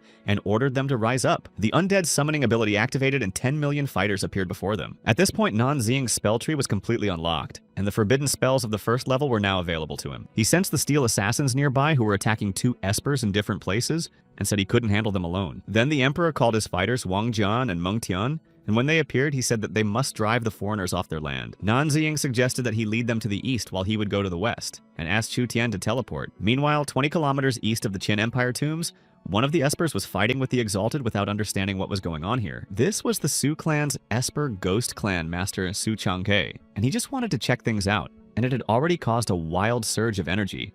He used 100 spirit blows against the attackers, shouting for them to go to the other world. But it was not enough, and he turned to the monsters and asked if they wanted to help him, and used force to make the enemy come to his side. The monster that the Steel Assassin began to attack came to his aid. Su Chang'e didn't think he would fight against his own. But the Steel Assassin struck the monster, and Su Chang'e realized that he didn't care, and was completely ruthless even to his own. He shouted to the monster not to give up and kept fighting for him, showing what he could. Then he saw another monster about to attack him from behind, but he deftly dodged it. The monster continued to struggle, but Su Chang'e realized that he was completely useless because there were too many opponents. The Steel Assassin was about to strike the Esper, but was stopped by a weapon that appeared from nowhere. The Emperor appeared between him and the assassin and said that he had come to rescue the young fighter. He said they should hurry up and send their enemies to the other world. Su Chang'e said he didn't understand anything, but thanked the Emperor. The Emperor looked at the monsters and said that there would be no mercy for those who dared to trespass on his land and people, and ordered them all to be sent to the next world. His 2 fighters listened to the Emperor's order and rushed to attack the monsters. And in the west, one of the espers told Chinsui to run and not turn around when he said. She replied that they were always together and she would stay. Meanwhile, a lot of steel assassins and other monsters were already closing in on them. Qin Ying once again asked to listen to him and began to activate the plant summoning magic. He wanted to create a forest barrier, and the ground in front of them opened up and a huge barrier appeared between them and the monsters. He turned to Chinsui and told her to run away because it was a chance for her to escape. But then he saw that the steel assassins were preparing to attack them and created a vine to hold back the monsters. One of the steel assassins still managed to get close to them and wounded his sister. He screamed that he dare not touch her, and began to activate a devastating grapple. A huge plant appeared in front of him and restrained the steel assassin. But 2 huge monsters were already coming up behind them. Chinsui said she was fine and warned them that there was danger behind them. A mysterious light appeared near them. They raised their heads, not knowing what it was. It was Nanziying who appeared, and he asked Chu Tian to teleport all the Ascended Ones south of him, a kilometer away. She began to activate her abilities while the 2 young espers were told by Nanziying to be silent and not move. He used his talent to say he'd give them both a 10-fold boost. After managing to add reinforcement to them, he told them to take care of the other half of the monster pack. And on the remaining half of the monsters, he decided to test the power of his forbidden spells. Yinanzing activated the forbidden ball lightning spell and strengthened it 100 times. Monsters started flying in different directions, and the system notified him that his level had risen to 2nd. Seeing that he had already dealt with many monsters, the espers said that he had promised to take only half of them, so they asked him to leave them some. He apologized and said he got a little carried away and didn't expect the forbidden spell to be so powerful. They saw more monsters approaching them and warned Nanziying to be careful as he had not defeated all of them. them. While Chinsui summoned the vine, her brother fought the steel assassin, and Nan Ziying activated the infernal seizure. They were great at dealing with monsters, and upon seeing steel assassin Nan Ziying, said that he had seen what they were capable of, and this one he would take on. He cast the Forbidden Earth Elemental spell with a 50-fold enhancement. A huge tentacle emerged from the ground and grabbed the assassin. He cast another spell and a huge tentacle dragged the steel assassin underground. Shu Tian was watching him from hiding, and in her imagination, it looked like he swatted a mosquito. The young espers were also watching in amazement, and only one expression came to their minds, but they couldn't say it synchronously. They bowed to Nan Ziying and said that they were thankful for their rescue from the entire Qin clan. He asked what they would do next. He thought it was hard for all the clans to just say thank you. The espers replied that their lives belonged to him now and they would do as he commanded. Nan Ziying was surprised by their catches and he asked if they knew who he was. They replied that they didn't know and apologetically added that they should have asked his name first. He said that he didn't mean that and that it would be good if they didn't know. He thought that he had overestimated them and that they weren't all as smart as Chu Xinhe. Then they heard the Emperor approaching them, saying that he liked his young friends and that their submission suited him well. Esper, who was walking with the Emperor, asked about the masked man and whether he was the one he had told him about. He replied that he was referring to Nan Zin. Su Changhe thanked him for saving him and said that he should have bowed to him, but he was not used to it. But in any case, he owed him a debt of gratitude. Nan Ziying said that he had a couple things for them to do, and asked them to send him to their clan's residences so that he could try collective reinforcement. Not knowing what reinforcement was, Su Chang'e asked about it in surprise. Then placing his hand on his head, Nan Ziying applied his 10-fold amplification ability, saying that this was it. Qin Wing asked him to tell him what else they could do. He thought of suggesting that they go to the front line, but then decided that there would be no result now. He figured that while he was working on a strategy to send them to the front, before the fighting reached their doorstep would be morally wrong, and he told them to just be careful. Su Changhe said he's very secretive and wears a mask, so maybe he should just say what he's up to. He added that Nan Ziying had summoned an army of undead to protect them, but was not asking for anything in return, and asked that perhaps they were useless to him. And then he suggested that maybe he wanted to be everyone's mysterious and unique hero in a dark cloak. Qingsui said that he dare not talk to Master like that, but Nan Ziying stopped her and said that he was right. He said he wants to send them to the 7th line of defense, where it'll be a lot tougher than here. Their job is to stall for a few days. If they survived, they would find him on the 5th line, and then he would show his face to them all. All the young espers agreed to this and said they would not fail. Handing over the talisman to Su Changhe, he said that Emperor Yingzheng's 10 million soldiers were now in his hands. He bowed and thanked them all. The espers answered the master that it was not necessary. Yingzheng said that the Emperor's blood flowed in his veins that forever would not let his spirit fall. A short time later, the news that the best Esper heirs would lead their clans to the 7th line of defense was being discussed on the range, and Nan Ziying thought that the Esper heirs in this life appeared faster, and if even he were to run towards them at breakneck speed, he wouldn't be able to save everyone. And leaving together, Chu Tian said that instead of indiscriminately trying to extinguish the flames, one should find and eliminate the cause of the flames. He told her to go to the northern wasteland. With the 5 great espers on their side, they could handle every one of the 10,000 races. And as he teleported away, he said he wanted everyone to see how he could deal with them in a flash. They went to the tomb of the Han dynasty. There he called out to the great ancestors saying that the world needed their help, and they were being called by their descendant. He urged Emperor Wu's generals Xi Qing and Ho Qibing, saying that let anyone who dares to cross the road of the Han dynasty regret it. Nan Ziying summoned 20,000 Han dynasty fighters and asked them to go to the northern wasteland to send their enemies to the other world. It was time for the 5 great Esper heirs to manifest. I decided to start with Asura by activating Hell on Earth mode at maximum power. Meanwhile, at the Center for Paranormal Research and Surveillance Observing in a telescope, saw him with a strange Asura. Kair saw that it was now mega powerful, stronger than the demonic energy before. Suleng said to report this to the soldiers immediately. Nan Ziying commanded the rows of fighters in front and behind to protect the left and right flanks. By the powers of the heavens of the earth with the rolling of thunder and frosty ice, he conjured the heavens to open and for thunder to strike and the earth to be covered with ice. He summoned the weapon energy key Fire Earth Formation, Earth Ice Formation, and 1,000,000 formations to cover the earth and activated them. Kaher said there's also formation magic in the same place, and I wondered if it was that mysterious Aesper from the top, but I couldn't look. Meanwhile, Nan Ziying was summoning the undead of the Great Han Dynasty. The summoned emperor and generals awakened, and he said that it was necessary to deal with the enemies for the glory of the Great Dynasty and sent them into battle. Then a powerful flow of energy swept through the center of the research, and the girls could barely stand on their feet without understanding what it was. Kair had never felt such powerful energy and realized it was undead. Suleng said that this energy was stronger than the ones they had detected before. Sulan couldn't rate it on a 10-point scale, and one thing that could be said was that it was a divine level of strength. Kair asked if she thought there were 3 espers with divine levels of power, and if so, we need to report it to command immediately. Meanwhile, Nan Ziying activated the Forbidden Ball lightning spell with a 100-fold amplification. The sky lit up with a bright flash of light, and the people in the city didn't understand why it was so bright. because it was only 10 o'clock in the evening. Everyone thought something paranormal was going on, and on the news, 4 god-level espers showed up in the northern wasteland. Helicopters took to the sky to get to the northern wasteland immediately, but even at top speed, they could be there in an hour. Nanzing meanwhile continued. He summoned the Steel Wolf's fire yaks, giant monkeys, and battle elephants, and ordered them to unite. After a while, the news said that 4 races of mutant beasts had appeared in the northern wasteland, and there's a 5th esper with divine powers. At the pharmaceutical factory, the girls rescued by Nan Ziying in the Gobi wasteland, listening to the news, thought could it be he was only many times stronger. Jianyuan also watched the news and thought that with talents like Asura and Beast Tamer, only Nan Ziying came to mind. The Esper heirs of the Jun and Lan clans heard of such a powerful Esper and traveled to the northern wasteland to meet him in person. The Espers of the Zhuanyu and Huang clan and the Yu clan and the Shu clan followed suit. Nan Ziying thought that such a commotion would attract not only the monsters but also the heir Espers. This would give him the opportunity to cast reinforcements on them. He already had everything ready and only had to wait for the Ascended Ones. At this time in the Inner Lands, the Esper heir of the Huang Xuan clan had met several Ascended Ones in battle and did not want to die there. He had already prepared for battle and said that they could attack because he would not be defeated so easily. But when I saw them suddenly start backing away, I didn't understand why it was happening. Nanziying meanwhile saw that he was surrounded by numerous mutants and, thinking that they had finally shown up, called out tamed beasts and undead. All the mutant beasts he had previously tamed, as well as the summoned undead, united and rushed to his aid to begin the battle. The battle began and Nanziying activated the powerful Asuras and the mode on the ground. The mutant beasts that successfully fought the Ascended Ones have just come to his aid. There was also the undead who also engaged in battle with hordes of various monsters. Just as Nanziying expected, they all increased their power after reinforcement. But watching the battle, he realized that even after the reinforcement, the beasts excluding the king did not surpass the Ascended Ones in strength. It was the same with the undead, and if the situation continued like this, even if they won, there would be too many casualties. He summoned the mutant beasts and undead to listen to his orders that the center of the battle would be in the center, and their task was to create a ring around the enemy and crush it. The mutant beast had to fight the rest of the monsters and trolls.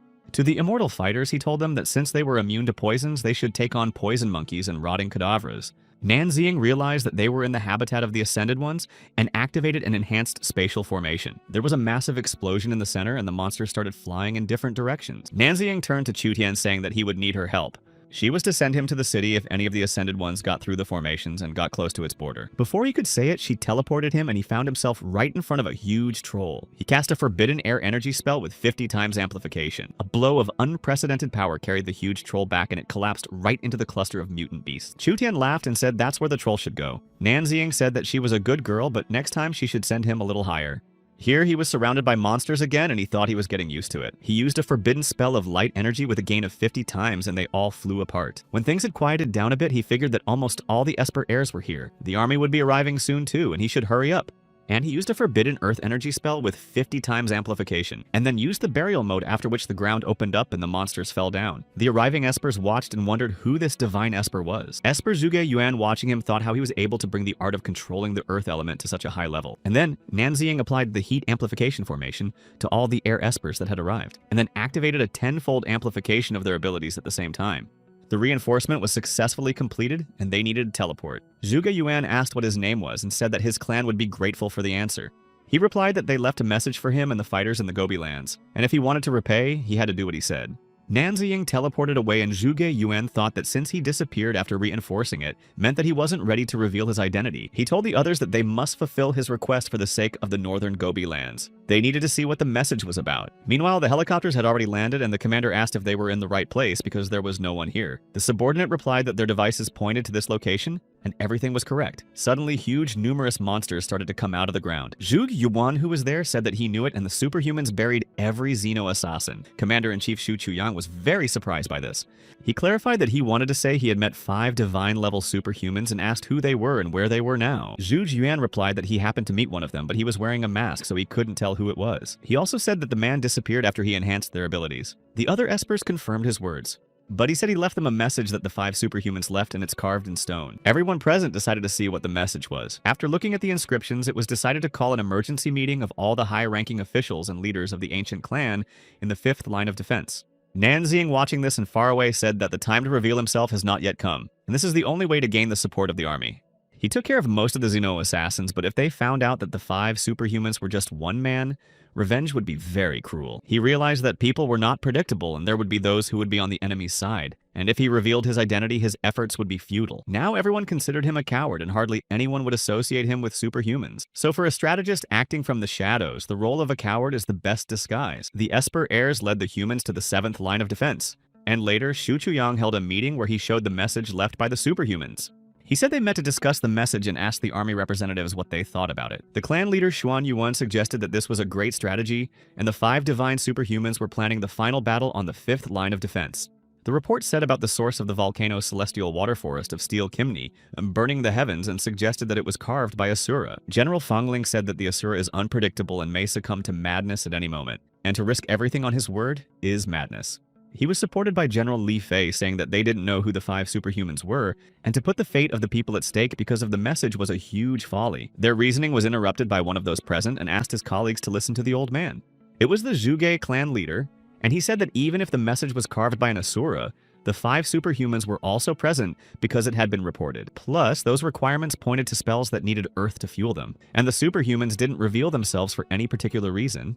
Everyone agreed that now was the time to take the risk, and it would be the best decision they'd ever made, since the ancient clans were united. Shu Chuyang said that the 5 divine superhumans had managed to massacre the Xeno assassins in less than an hour, and no one else could do it. He added that they are all related by blood and their destiny is the same, and he said it had to be done. Soon, people began to discuss that Northwest was going to embark on 4 projects. Nan Ziying thought that they had made the right bet. He felt that such a quick decision was indeed befitting a great nation, and since they had put their trust in him, he would not fail. An engineer came up to him and said that these designs were similar to what they were working on, and the top brass seemed to like their plans. Then the workers below noticed that an obscure red funnel had appeared in the sky. Nan Ziying looked up at the sky and realized that it was coming from the 7th line of defense. He realized that this was the gate of an alien rift in space that shouldn't have opened so wide for 2 years. He thought of his family and Chu Xinghe. Teleporting along with Chu Tian, he said that they would fill the 7th line of defense, and it would be a brutal battle. He must find a way to protect them.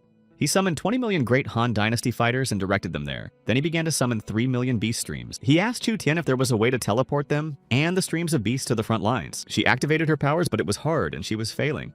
Seeing that she had weakened, Nan Ziying said that they were too far away, and she didn't need to force herself if she couldn't bear it. But then he was surprised to see that she had gotten up and said she could do it. Meanwhile, on the 7th line of defense, the men saw that the rift was widening, and they all needed to prepare to meet the enemy and fight further. The commander of the 7th line of defense, Wang Zai, began the formation of the fighters and told them to hold the line at all costs. One of Lao Zhang's fighters told Nan Ziying's father that they were almost out of nuclear weapons and shells, and whether there was any point in fighting at all. Nan Shanghong was the spotter, and he told Lao Zhang that he dare not speak like that, and told him to look at the superhumans there. He reminded him that the last time they were on the verge of defeat, the superhumans had come with their clans and brought 10 million immortal souls. They had a seemingly impossible victory then, and they're in a similar situation now. And he said that you have to believe that they can find a way out. And he asked if a couple of old dogs like them had anything to lose. Lao Zhan replied that death was not terrible, but these fights stink of hopelessness. He told Nan Shanghong that although superhumans are very strong, they are also humans who can get tired or go to the other world. He added that they are all very young and there are children among them who are lost on the battlefield. Nan Shanghong said that is why they should give their best. He said they should cover them to the last man, and if it came to that, he'd go to the other side for them. At this time, hordes of enemies began to appear from the spatial rift, and Wang Zai commanded to engage. The undead army awaited orders, and Su Changke commanded them to follow him and start the battle. Xu Xinghe, meanwhile, had already activated his abilities and summoned a weapon. The attacking mutants raised their heads, and the weapons he had summoned began to rain down on them. Su Changhe also activated his abilities and fought the alien monsters, offering them a chance to compete. Along with them fought an Emperor Ying Zheng, who shouted that the might of the Great Qin could not be desecrated. Qin Ying and Qin Sui summoned the power of hell choking, and fought the monsters with the cast rose strikes. At the direction of 2 hours, 3,300 and 375 meters, Nan Shanghong, seeing that one of the espers was surrounded by monsters, gave the order to attack. He ordered us to hold our defenses against the new wave, and then warning that the enemy was trying to go around to the left, he gave the order to attack. And then on the battlefield appeared such a huge monster that even the commander said that he had never seen such strangers. Su Changhe didn't understand what kind of monster it was because it was the size of the city walls. With a single strike from him on the ground, Su Changhe and the monsters he had tamed flew apart. Emperor Yingzheng ordered one of his Bai Qi fighters to protect Su Changhe. But the Esper was fine and told Bai Qi that this creature was no ordinary opponent, and he needed to help his majesty. Then the Emperor told the soldiers that they needed to join forces and send the enemy to the other world, and they rushed to the attack. But it turned out that the monster had spotted them and needed to fight him face to face. The undead had the ability to be revived an unlimited number of times in a minute, under a number of conditions, and now they all attacked the huge monster. But he wasn't so easy to deal with, and Yingzheng gave the order to multiply his efforts. He said that since they were alive again, they had nothing to fear. And to the glory of the Great Qin, they once again rushed to attack the huge monster. On the run, Wang Zai commanded the espers to hold back the enemy fighters at all costs, and the infantry needed to engage the small outsiders. And he told the supermen to stay with him. He was going to catch their leader. And 200 kilometers away from the 7th line of defense, Nan Xing carrying Chu Tian asked if she could continue. She was weak but willing to go on and said there were only 200 kilometers left, and her brother was there. Su Changhe asked the emperor to take his fighters and hold off the remaining outsiders, and leave this giant to the superhumans. Yi Xingzheng gave orders to his fighters to do as Su Changhe says and go after him. Shouting that it was time to shine, Su Changhe rushed to attack the huge monster. He directed the tamed monsters to him and said that he could try to take control of him within 30 seconds. Meanwhile, Chu Xinghe activated his abilities and used the territory expansion technique against the monster and summoned a weapon. Qin Ying created a cast vine that was supposed to immobilize the foreigners while the stranglehold of the banyan tree surrounded them. Commander Wang Zai activated the kill and flame of the legendary guy-horned creature. All of their forces gathered together began to act, and Wang Zai said that although he was strong, he was still unable to resist the might of the 5 espers. But then the monster forcefully struck the ground with its huge weapon so that everyone flew apart. Commander Wang Zai said that they should not be distracted and continued the attack. Just then, a helicopter appeared in the sky, and a voice from there told everyone to go back and he would handle it himself. Chu Xinghe realized that it was Nan Shanghong's voice. 3 minutes before, Nan Xing's father had told Lao Zhang to provide him with fire support. He agreed and asked where he was going. He replied that they had a ship with nuclear weapons and had to be on guard if the superhumans failed. Lao Zhang said that was careless. Nan Shanghong said they have no other choice. They're expendable, but if the superhumans fail, it will be the end for everyone. He went away, and Lao Zhan, saying he would listen to him, went about preparing his weapons. The helicopter flew up to the huge monster, and Nan Shanghong caught its attention, saying that he would see how he liked the taste of nuclear weapons. Xu Xinghe, who had promised Nan Xing to take care of his relatives, shouted for him to wait. But the commander told him not to stand around and focus on mass control and help the others, not to let that sacrifice go to waste. Nan Shanghong, as he prepared to press the button, thought of his children and the fact that he would be the first, and now everything would depend on them. But at that moment, a forbidden tree elemental spell sounded, and a huge plant grabbed the helicopter. Nan Xing appeared with Chu Tian in his arms and ordered the trees to pull the helicopter back, and said that if you keep driving, you'll be quieter. From the cockpit of the helicopter, Nan Shanghong watched the scene and realized that it was his son's voice, and he let go of Chu Tian's hand and told her brother to take care of her immediately, and gave the order to shut down all the satellite communication devices. Wang Zai asked Chu Xinghe who he was and why he wanted them to turn off the satellites. He replied that he had to do it and would soon realize why. The command center of the inland defense line, having lost contact with the 7th line, sent a reconnaissance to find out. Commander-in-Chief Xu Chuyang thought that the superhumans might be in great danger, but he couldn't believe that the 7th line had surrendered so quickly. Being very close to the huge monster, Nan Ziying activated the Asura mode at full power. He struck his huge weapon and it started to crack. Nan Ziying realized that it was an A-level titan and said that it had been a long time. Wang Zai wondered if it could be the mysterious Asura everyone was talking about, but then he realized that he was just using forbidden spells. He thought that maybe he was one of the rare 2-class espers, but Su Changhe said that this guy was from a different league altogether. All the people fighting together with Nan Ziying gathered around the huge monster, and he created a collective reinforcement. Wang Zai then realized what Su Changhe was talking about. Nan Ziying meanwhile urged the Han Dynasty army to unite with him. He ordered the Qin Dynasty fighters to fight at their limits without letting the Han army surpass them. He told the soldiers and superhumans to use this chance to regain their strength, and saying they could hold off the wave, he ordered them to retreat. Xu Qinghe, carrying Chu Tian in his arms, told the others that they should retreat, and he thought Nan Ziying could handle it. The Titan told Nan Ziying that he had an exceptional talent that could not be underestimated, and that something might not wait for mercy.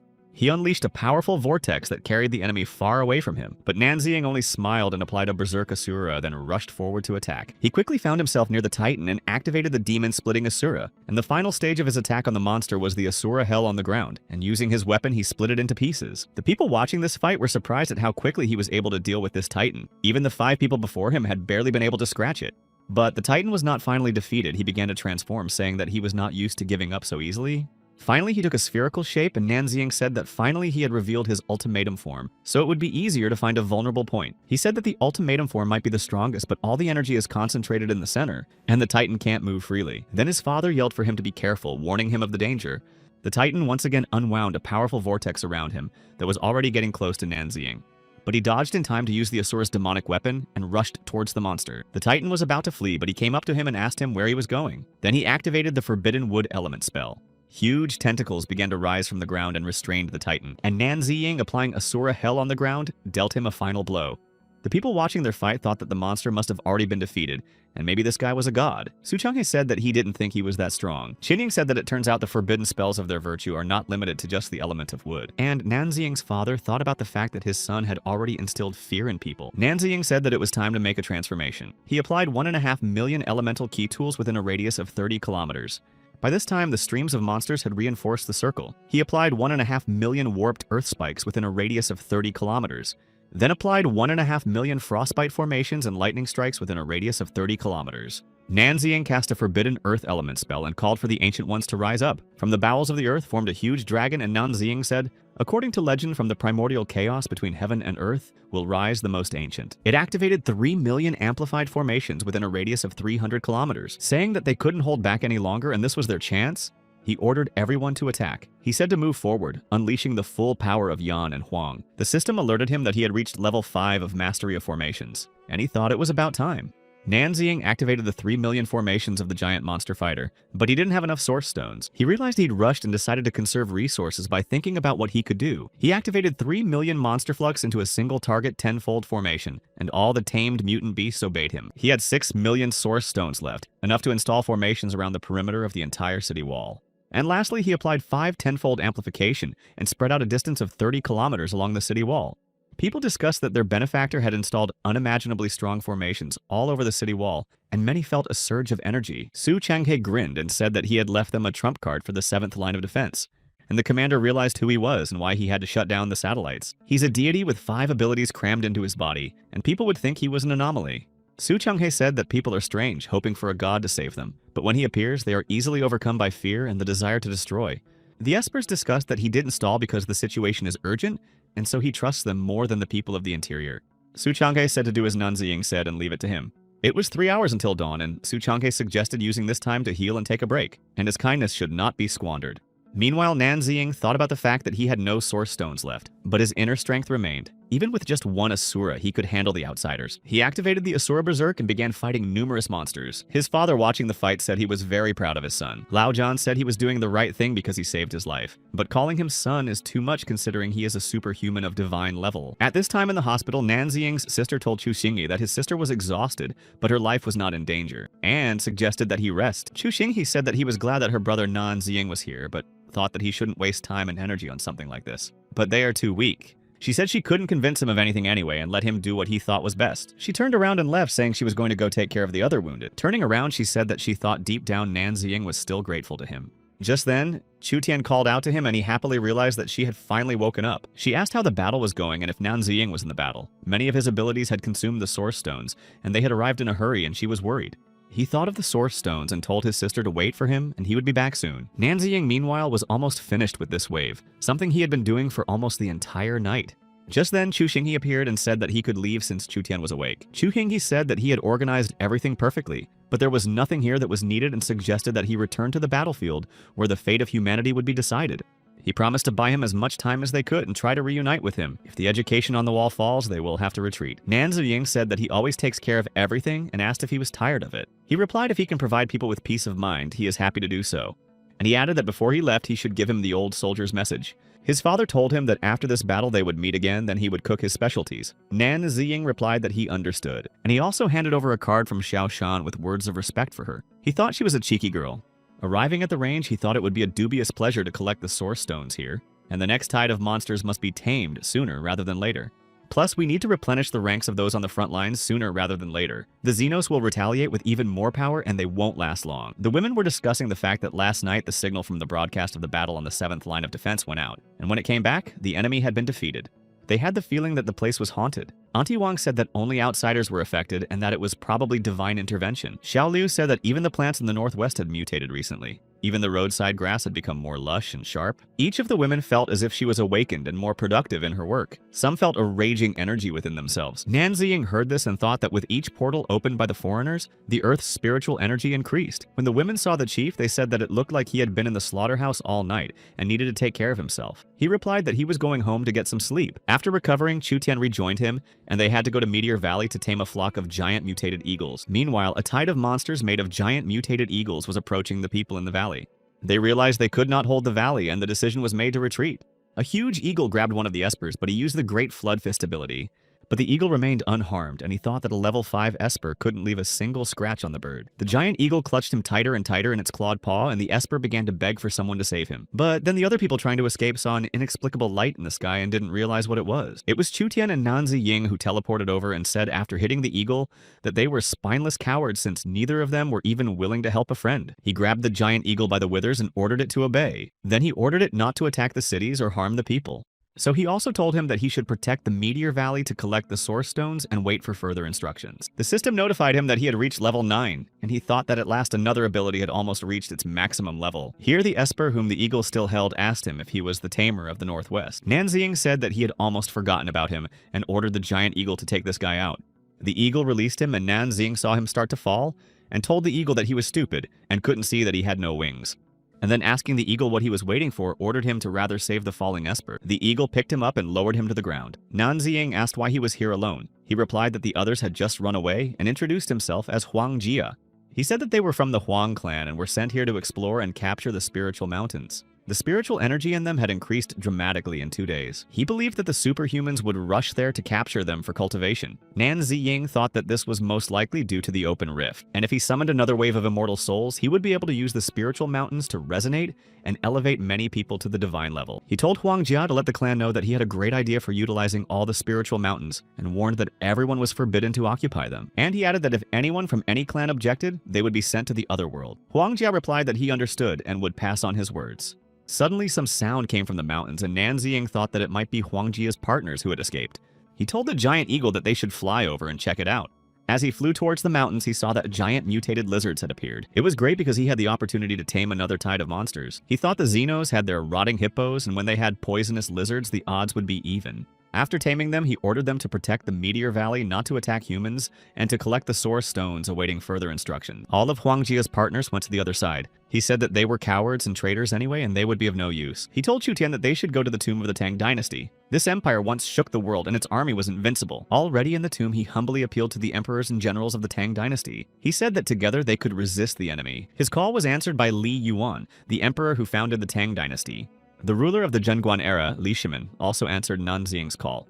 He also summoned Empress Wu Zidian, who also answered his call. Nanziying continued and said that with the souls of the fighters who had fallen for the Tang dynasty over the past 300 years, he was calling on them to rise up and let the flying commander of the Dragon City be gone. No enemy should trample their land. He suggested that they divide their army between the 3 mountain ranges of the northwest border, and he would wait for them on the mountain where the 3 mountain ranges converged. Nanziying said that if someone met someone in their path, it was better to talk to them first, but one should always be ready to fight. Meanwhile, the superhuman Huang Xiao heard his message and said that the spiritual mountains belonged to no one, and whoever captured them would be the owner. Huang Jia said that the young master was a divine-level beast tamer, and for their safety, it was better to leave the northwest. Huang Xiao replied that he was a 10th-level superhuman chosen by heaven itself. If others are afraid of him, he is not. He said that he had tamed the beasts of the Meteor Valley, but Tang Modao Mountain is where the spiritual energy is stronger, and it is the best place to cultivate. The other clans, he said, recognized that he owned this mountain, and if any tamer dared to come here, he would not return. Nanziying appeared behind them and said to confirm the words that he would never return. When Huang Xiao turned around and saw him, he asked if he was the cowardly beast tamer that everyone was talking about. Huang Jia told Nanziying, naming the elder, that he had passed on his words. Huang Xiao shouted at him that he had dishonored the Han clan, and told him to get out of his sight and never to see his pitiful face again. With a smirk, Nanziying said that Huang Jia had more brains than him. He asked, given that he was superhuman for the last time, whether he was going to disregard the whole situation, and for selfish gain claim the mountain. He replied that he wasn't just superhuman, he was on the level of a full ruler, and if he left right now, maybe he'd spare him, and added that he might not even think that an ordinary beast tamer like him could do anything to him. He also said that every animal on that mountain he either sent to the other side, or they ran away with their tails between their legs. Nanziying grinned and said that since he was so stubborn, let him not blame him for what would happen, and he activated his abilities. Seeing the lightning that appeared, Huang Xiao was surprised, and asked how he used lightning if he was an ordinary beast tamer, but he just said enough talking and activated the lightning blade. Huang Jia wanted to warn the young master, but he grabbed it and covered himself with it from the lightning. Seeing this, Nanziying called him trash and said that he was even worse than animals. He replied that the servants were nothing more than mere pawns or mere sacrifices to protect him. Realizing that he possessed some lightning techniques, he decided to show him what real lightning looked like, and Huang Xiao used a heavenly lightning strike. Asking if Nanziying was already scared and if he was going to beg him for mercy, Huang Xiao said that it was too late and gathered to attack. Nanziying replied that he would not use his weapon, but said that since he thought he was better than the others today, he would show where he belonged, and added that it meant giving someone a taste of his own medicine. Huang Xiao said that he was the embodiment of lightning and his pathetic tricks were nothing to him. At that time, Nanzing used the forbidden spell element of lightning and double overload. His opponent was surprised that he was using forbidden spells. He shouted that it was impossible the moment he was struck by lightning. He fell to the ground, and Nanzing walked over to him and said that he was about to learn what it meant to be a target. Leaning towards him, Nanzing said no matter how powerful he thought he was. After all, he is nothing even compared to his second level. But then he was distracted by a voice that said he was Huangjiu Tian, the patriarch of the Huang family. He asked who dared to cause trouble on his family's spiritual mountains. Nanzing was surprised to think that another one had appeared. Do they all want to see their clan disappear from the face of the earth? He told Xiao that telling people to move here was not a good deed, and he never imagined that he would become the superhuman of the Huang family. He asked Nanzing who he was and why he had injured a man of the Huang family. Huang Xiao's father said that he wanted to take over the mountains, but his son came first. The patriarch told him that family members have always been known for expediency, and that he should be allowed to explain himself, and if he was wrong, he would lay siege to him himself. Nanzing said that this was what one would expect from the patriarch, and that he would explain everything properly. He said he was one of the Northwest divine-level superhumans and possessed forbidden spells. Everyone realized he was the caster everyone was talking about, and they saw in the news that 5 Northwest superhumans had defeated the Xeno assassins. He said that for the sake of the life of mankind, all spiritual mountains must be handed over to them, and he warned their man, but he refused to back down because of selfishness. The patriarch said that if he really did so, Xiao was certainly wrong. Xiao's father assumed that the patriarch was afraid of his title, but he is not afraid of him, and will avenge his son even at the risk of going to the other world. He replied that it was insolence and used lightning force, saying that Xiao's actions were an indication that his father had spoiled him. He fell to the ground saying that the patriarch was not serious, but he replied that they were taking a risk for the sake of humanity, and the mountains were needed for the battle against the foreigners. He told Nanzing that they were wrong, and since he needed the mountains for a higher purpose, then they would retreat. He replied that the patriarch was very fair. The patriarch ordered Xiao's father to be bound and taken away, and said that he would be punished for his insolence. And Nanzing thought that one day the Huang family could join the battle after he empowered them, when the time came. Meanwhile, on the Dragon Mountain, the undead have informed that this mountain cannot be taken as private property, and other families need to evacuate immediately. At Mount Hua, the undead army reported the same thing, saying that those who ignored it and disobeyed would go to the other world. On Mount Kunlun, the emperors reasoned that their descendants would be wise and righteous and truly worthy of high expectations. After following the instructions, they headed towards Mount Tam Mo Dao, where Nanzing was waiting for them. He activated the 6th level immortal soul fusion process. He said that the emperor's wind crosses the 4 seas of the 1,000 years of virtue, like waters flowing relentlessly, and their victory is near, and continued that the once mighty key passes are now humble yellow river, freely carrying its turbulent clear streams northward. He finished with the words, "Go to the Jade Gate, fiercely open the might of the heavens." The 10,000 Li sounds in the songs of Han are henceforth kept by Hu. It was a song of triumphal march, and the people in the hospital, when they heard it, felt the energy flow through their veins. Even the workers at the base of the reserve defense line seemed to have awakened superpowers and could lift steel beams with ease. The women working at the firing range also noticed that their strength had been awakened. Auntie Wang could now raise her weapon and said that she now had enough strength to split the mutated bird. Even the old man working at the range could now lift more weights and was glad to be a little more useful. Later, the news reported that 8 million people had superpowers. Many thought it was a blessing for mankind. People have talked about how this power may allow them to join the 5th line of defense, and if not, their productivity would still be greatly increased. The news also said that the ancient sunken forests had turned into a jungle of steel. Chu Tian asked Nanzing if he was involved. He said it must have something to do with the interdimensional rifts opened by the Xenos. They need to act fast and go to the forests. When the experts arrived in the forest, they realized that the trees had mutated, but could now move. It was like a tide of monsters, and they were moving towards the city. They thought that they should retreat, but the wood elementalist Li Li said that only after they learned their tactics and combat power. He activated Vine Grab and Binding Root against mutant trees, but his abilities were useless and he had no control over them. The trees were getting closer and closer to the group of people surrounding them. Li Li noticed that they were not just conscious, their movements were coordinated. The mutated trees were getting closer and he told the others to get ready. He summoned the Order of the Forest and gave the order to attack, but realizing that the trees were at least 7th or 8th level, he said it would be impossible to hold them back. They saw that the trees were already about to attack, and he said they should at least inform the others. Looking at the huge tree looming over them, they thought that it was their destiny to go to the other world like that. But then the mutants stopped and people couldn't understand why they weren't attacking. The mutant trees were bathed in an inexplicable red light, and they wondered what was going on. In the distance was the source of this light, and the trees began to bow to it. It was Nanzing who had tamed them, and he ordered them not to attack the cities and people. The system alerted him to the discovery of a new skill. He could now subdue and tame beasts with the ancient aura of a beast king. Also, he could use the forbidden monster tide spell Landstorm when the tides of land and sea beasts converge at one point. He figured the next thing on the list was taming the sea creatures. He was going to finish installing formations on the 5th line of defense today. Suddenly, Nanzing grabbed his head and fell to the ground. Chu Tian ran up to him and asked what had happened, but he didn't answer her and she decided to teleport back to the range dormitory. After a while, he woke up in the dormitory and asked what had happened. Chu-Tian said that he had fainted in the ancient forest and scared her a lot. He realized that he had slept all day and it was bad timing. She said he shouldn't blame himself because he hadn't slept a wink lately. She said that no matter how strong he was, one must remember that he was human. Nanxing replied that people were indeed weak compared to foreigners. Chu-Tian said that he always takes responsibility for the world on his shoulders, and she wants to help him, but apparently she's useless. He apologized for making her worry, and said he wasn't alone and there was her family, her brother, and millions of others behind him, and added that she'd helped him more than he realized and he wouldn't have gotten this far without her.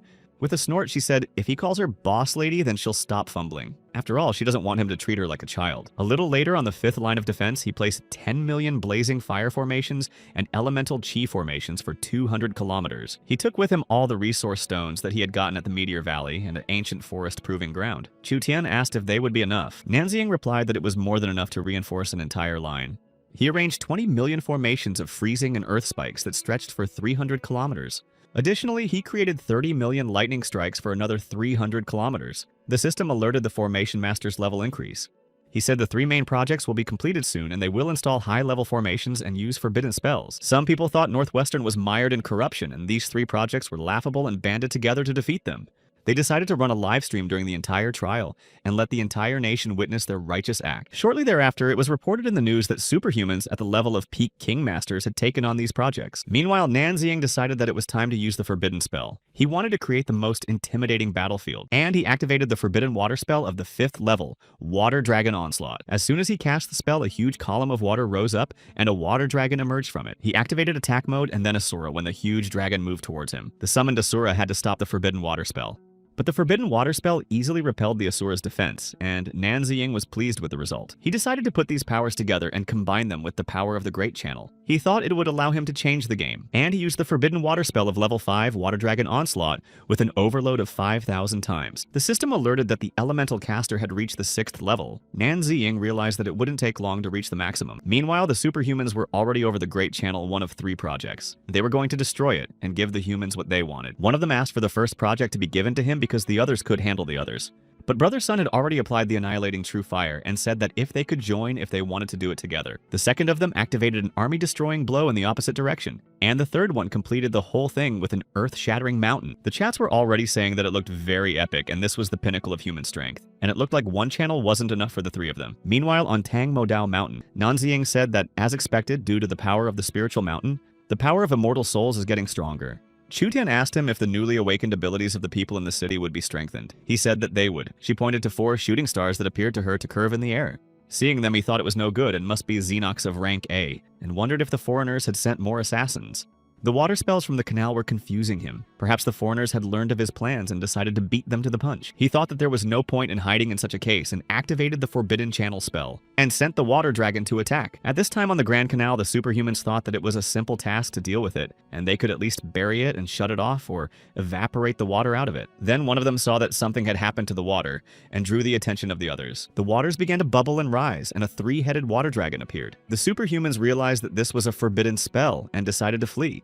The water dragon had completely swallowed them up, and people in the chat room started discussing it. No one thought that the Northwest Project had some hidden power. A second later, all 3 superhumans were thrown onto land by the water dragon. Seeing that the monster was still nearby, they started asking for help. Then a man appeared behind them and said that apparently they were not of the foreigner. It was Nanxing. He ordered the dragon to stop and asked the superhumans who they were and why they were causing so much damage. One of them replied that they were superhumans of the 3 great families of this country and was about to say why they were here. But he didn't have time to finish as Nanxing stopped his speech, saying that they were ignorant fools. They agreed with his words, and calling him elder, they said that seeing him here made them realize everything. Nanxing realized that the 3 of them had recently come out of their recluse. The foreign assassins must be heading towards the headquarters. He told them to take him to their clans. They looked at him in surprise without answering. He said if they didn't want to be exterminated, they'd better hurry up. Later that night on Heavenly Peak Mountain, they watched the Zhang family being sent to the other world and didn't understand what was going on. Nanxing said that what he had feared had happened and that it was the work of the A-rank Xenos. He told the superhumans that it was no time for sobbing, and if they wanted revenge, they should go with him. He asked Chu-Tian to go to the Qian Manor. The Qian family's estate in the Phoenix Mountain Range was also on fire, and they realized that the Xenos had been here as well. They went to the Jade Pass to the Sun family's estate, where the attacking Xenos rank a blazing heavenly eagle was already there. One of the surviving family members tried to fight him. He attacked, saying he would send him to the other world with him. Saying they would burn in hell together, he set off a self-detonation in extreme heat. But he was unable to deal with the blazing celestial eagle, and the superhumans who arrived at that time saw the clan leader fall in battle. One of them shouted that this alien wouldn't get away with it, and they prepared for battle. The Sky Eagle said that humans are weak and powerless little creatures, and they're just lifeless bodies waiting to die. After saying these words, Nanzing appeared behind him and was already preparing to strike. He said that if he felt that way, today would show him what people were really capable of. The three superhumans, in an attempt to help him, used the army-destroying strike of the earth-splitting mountain and the crushing true fire. But the flaming celestial eagle survived and attacked them, spewing flames that enveloped everything around them. They fell to the ground, and Nanzing, realizing that they were injured, told me to stay back and watch. He attacked the flaming celestial eagle by applying a swift Asura slaughter, and then using Asura Berserk applied a powerful crushing blow to the celestial eagle. As the superhumans watched, they marveled at the Asura's powerful aura and the opportunity for revenge. They realized he was an Asura from the northeast, not a spellcaster. The blazing heavenly eagle survived his attack and prepared for battle with flames bursting out from its beak. But Chu Tian used a teleport to send Nanzing some distance away from him. He called her Lady Little Boss and said that it was a good job. And jumping on the head of the flaming celestial eagle, he used the demon-splitting Asura. The eagle said he was not bad and deserved not to go to the other world, but to be enslaved. Hearing these words, Nanzing said in anger that he would make him swallow them, and applying the dragon-splitting Asura summoned a huge fire dragon. He said he was wrong to think he could regenerate health in any number of ways, and it's worth checking out when he's in pieces. The eagle dodging the fire dragon's attack said that humans are arrogant and ignorant creatures, but Nanzing said that he had had enough of this nonsense, and attacked again, applying Asura Hell on the ground.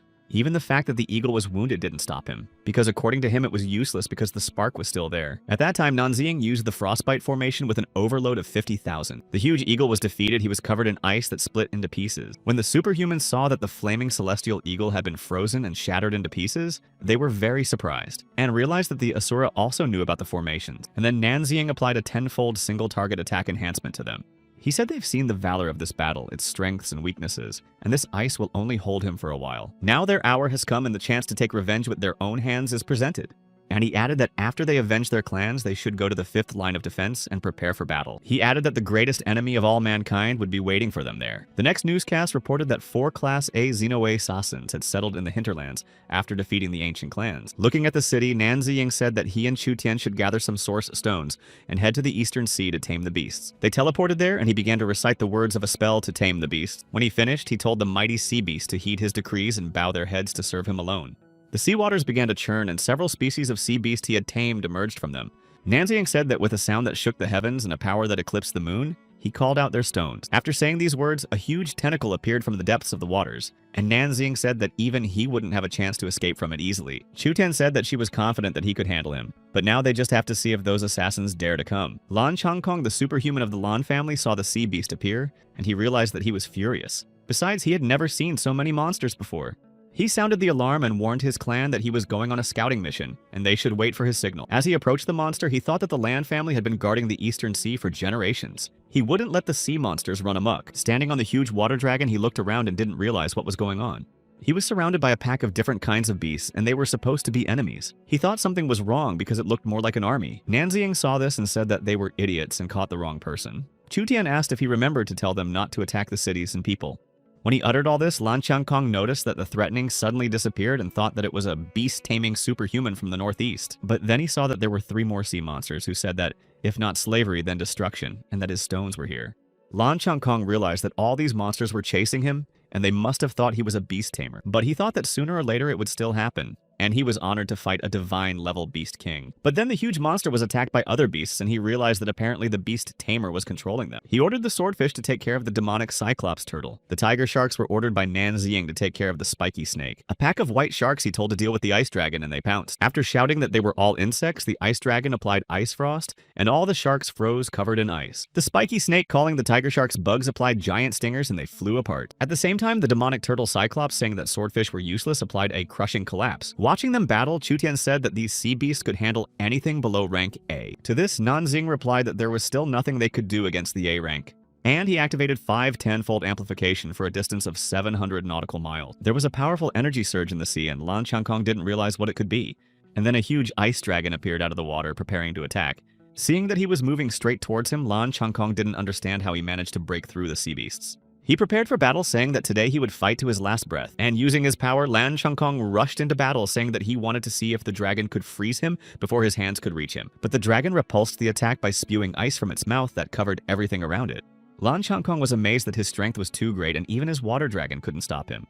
But then he saw several sharks coming to his aid and sinking their teeth into the ice dragon. Lan Changkong, feeling a powerful energy impact, was able to rise up and realize that it was an amplification. And realizing that he had more strength now, he used the infinite ocean water control technique. From his blow, the sharks flew apart and the ice dragon was defeated with the words that this could not be. When all the monsters were defeated, Nanziying said that now the fighting power was at its highest. Even if an S-rank monster fell into the sea, he would not be spared.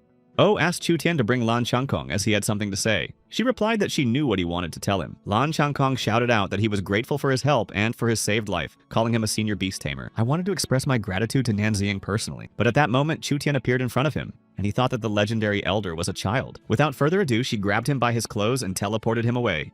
Once next to Nanziying, he asked if he could find out who he was. But the man asked him with a finger to his lips not to ask, but just to listen. He asked if he could attract and deal with about 10,000 alien monsters if he had to. Lan Changkong replied that for the sake of their peace, he would not hesitate to lay down his life for it. Then Nanziying said that it was good, and he should reward him with a 10-fold enhancement, and 100 million sea beasts are now under his command. He decreed if these alien monsters reappeared on the mainland, he would control the animal streams to lure and deal with them. And then Chu Tian turned their attention to the Void Gate and said that the 7th line of defense might not be able to withstand it. She was frightened and remembered her brother and the rest of the people there. The main force of the A-level aliens appeared from the gate, and Nanziying ordered his fighters to drop the 7th line of defense. The 6th line of defense was completely evacuated, and it was necessary to concentrate all combat forces to pull the time. Chu Qinghe and the commander ordered a retreat to concentrate forces on the 5th line of defense.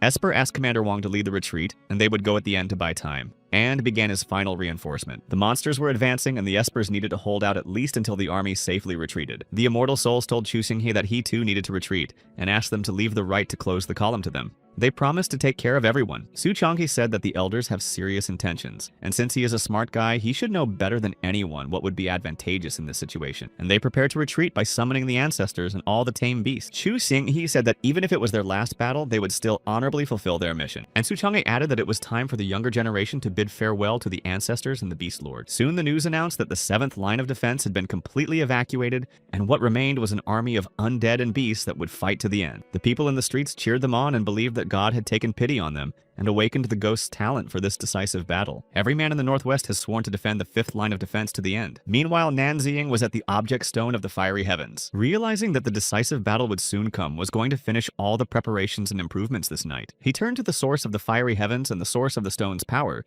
by performing a full absorption. Later, at the site forest of steel, he pronounced the steel of the forest forbidden curse of gold. He said that steel will vaporize water, water will swallow steel and let steel be chained, and called for 100,000 conspiracy of steel to appear. After that, he and Chu Tian arrived at the volcano source site. There, he asked the lava dragon ruling over the mountains and seas to consume the sky and destroy the earth, and he called for 100,000 strong lava conspiracy to appear.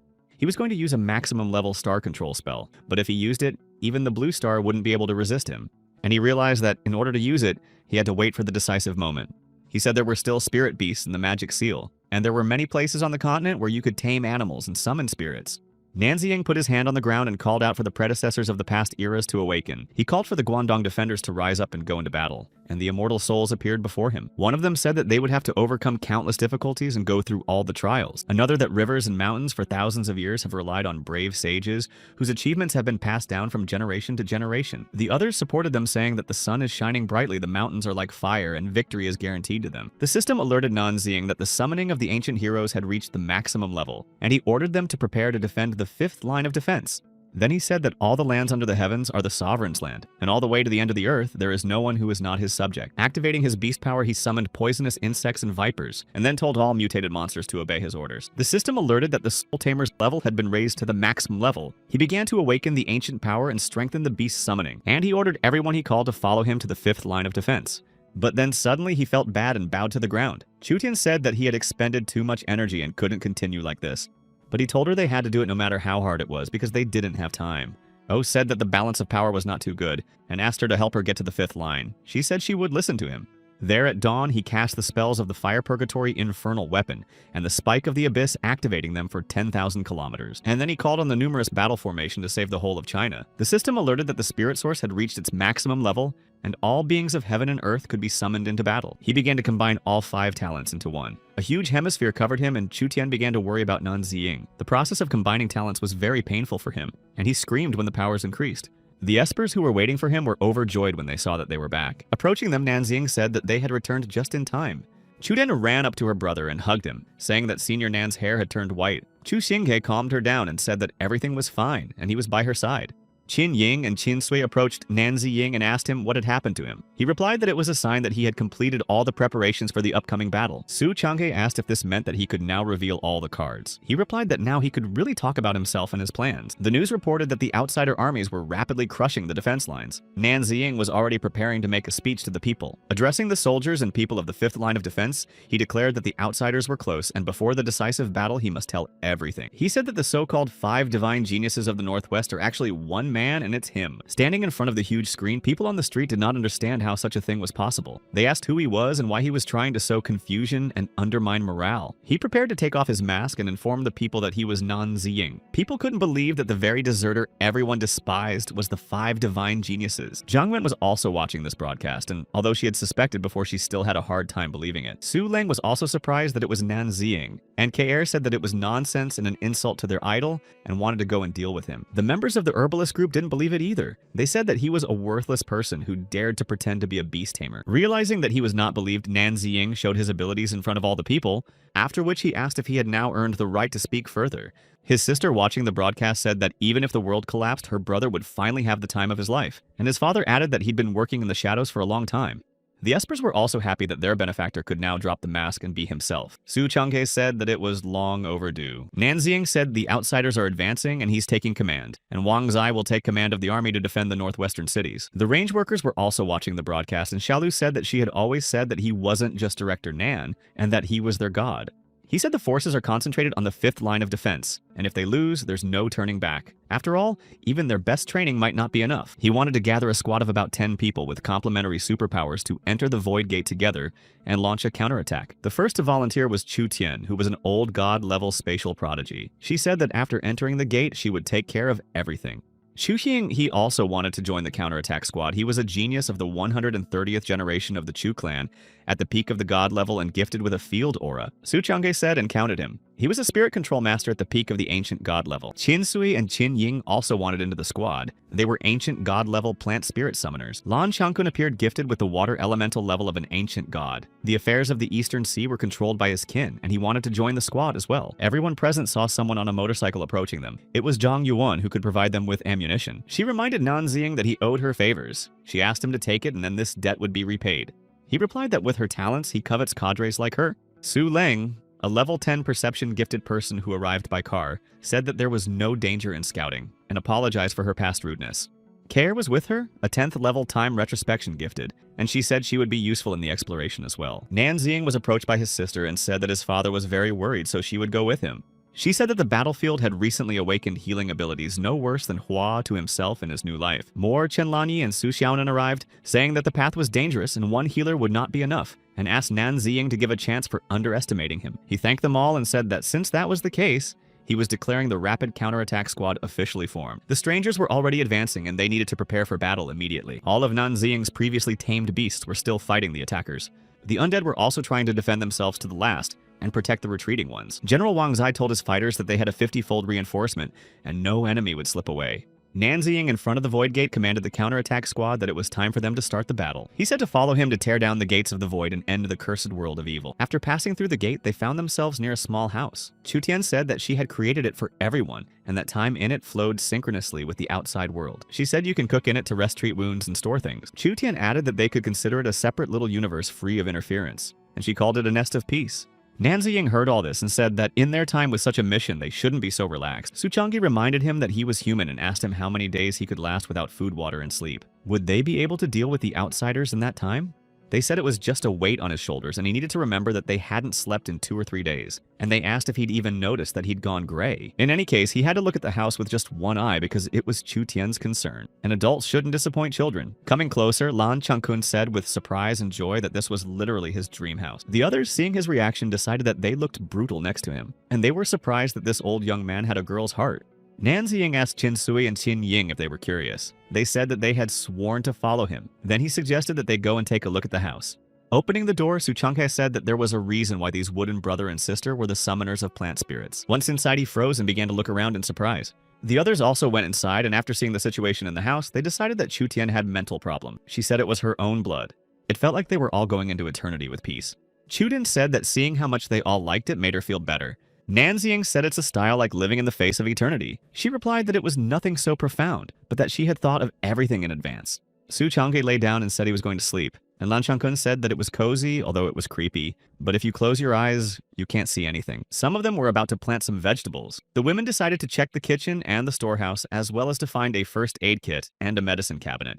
Kaya assumed that the first aid kit should be in the bathroom and asked if there was one. Chu Tian pointed in the direction of the bathroom. Nan Ziying had a feeling like the end of the world. Chu Xinghe said that he must be thinking too much and should take an example from Su Changhe, who was already asleep. While eating dinner, Zhang Yuan thought that she had to cook something big. There would be enough food in the warehouse for a year, but it was unlikely that they would all get together again. Qin Sui brought the vegetables, and she was surprised that it was so fast, and then, remembering that they were plant spirit summoners, asked, why not just summon the vegetables? The girl replied that her brother used to say that vegetables grown in the ground, especially if you pull them out with a clod of dirt, give a sense of confidence. She added that even if they were gone later, Zhang Yuan spat and took the vegetables from her and told her to leave because the kitchen was too smoky. Chen Lanyi and Su Xiaonan found a pharmacy with all the necessary equipment. They decided to prepare a potion to boost everyone's strength at once. Nan Ziying's sister found the treatment room and seeing the single white sheet there thought that Chu Tian must really be a bit of a freak. Chu Tian teleported the house another 300 kilometers away from the gate, and it was decided to set up scouting posts at a distance of 30 kilometers away from the gate. Care asked that if she could create such mini-universes, why not just create a new Earth and move people there? At this, Chu Tian sneered at her lack of breasts. K-Air got angry and Su Leng held her back, saying that she was just telling the truth in front of her face. Chu Tian replied that a flat chest is no big deal as long as she's alive, and she sacrificed 50 years of her life to create this nest. Hearing this, K-Air apologized and Chu Tian smiled, thinking that adults were too trusting. Meanwhile, Zhang Yuan had already brought the dinner and said that she didn't know their tastes, so she made a little bit of everything. Everyone could smell the delicious smells of the food.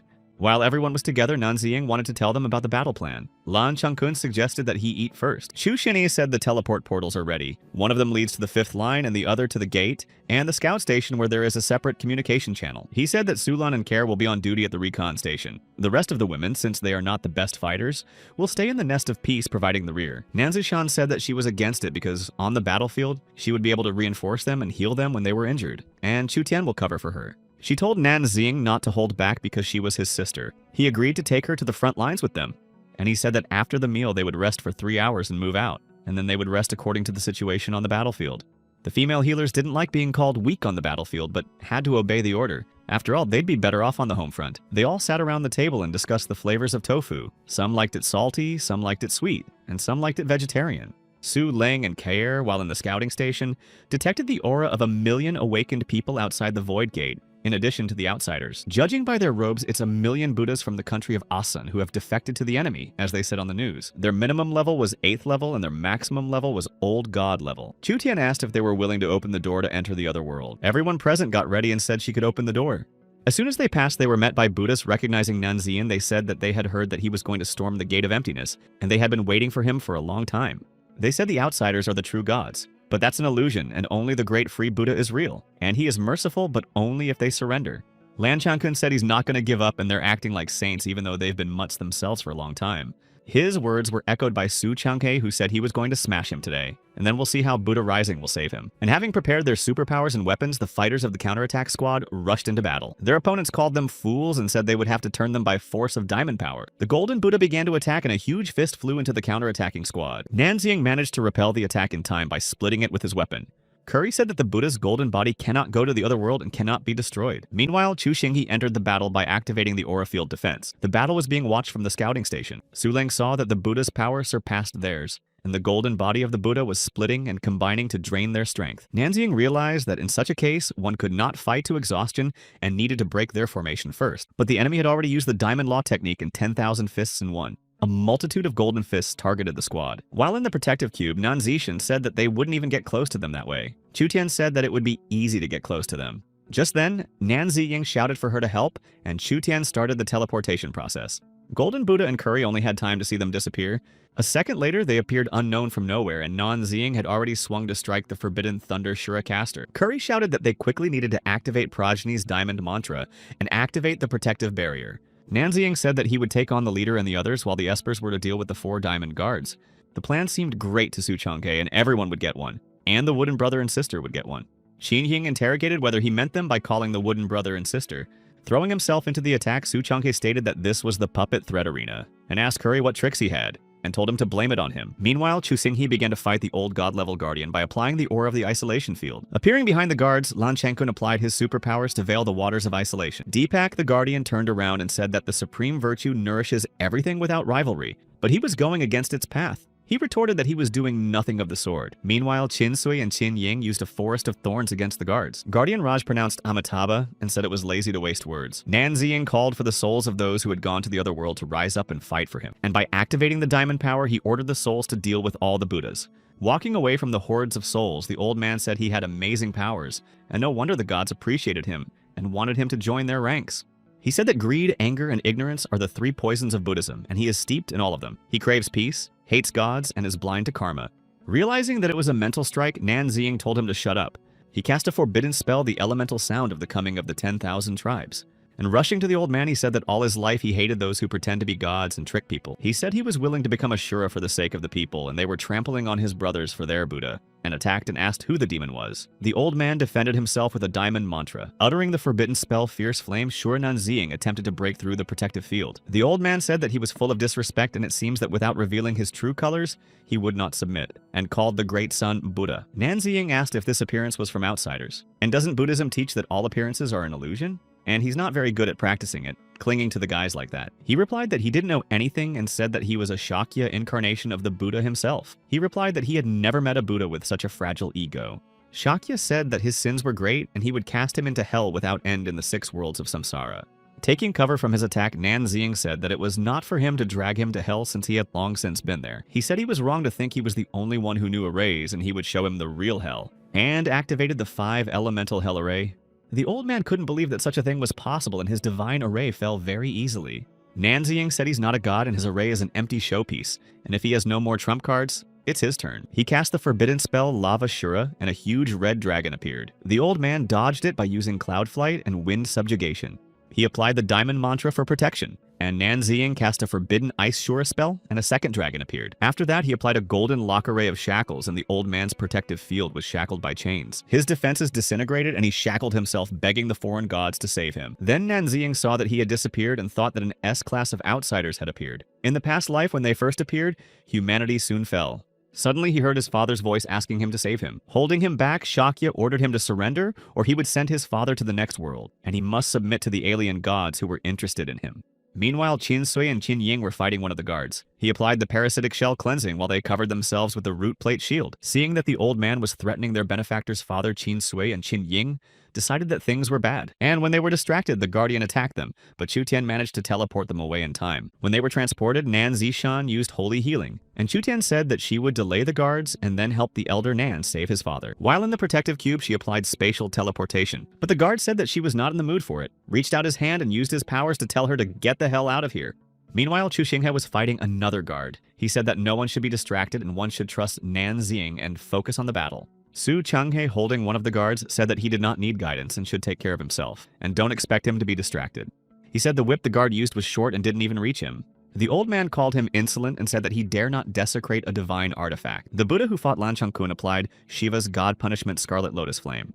But he defended himself by saying that it was just fire and poison, and they made it sound like a deity. He added that he was a born fireman, and his element was the sea. Threatening Nanziying's father, Shakya asked if they were really not afraid that he would destroy him, and said that he should kneel down and submit. But he just said he wanted to ask his father a question, and asked if he really wanted him to get on his knees to save him. He shouted that it was a strange question, and of course he wanted to. He asked if he wanted to see his father go to the afterlife. Chutian came over and said that she could teleport Uncle Nan closer, but Nanziying said that she should just teleport him closer. Shakya told him not to do any tricks or he would send him to the next world in a heartbeat. But the man had already teleported away and was behind him swinging around and saying he just wanted to save his beloved father. He threw a punch and said he underestimated his father too much, and told the S-class outsider to show his true colors. Appearing before him in his true form, the monster asked why people didn't value family ties, or if he'd gotten his game face on somewhere. Nanziying replied that a creature without emotions would never understand what it meant to be human. The monster said that he would prefer him to join him, and this was his last privilege. But he said he didn't have to, and he was going to the other side. He called him a stubborn worm and told him not to blame him for his cruelest methods. But Nanziying prepared to attack and said, "Stop talking."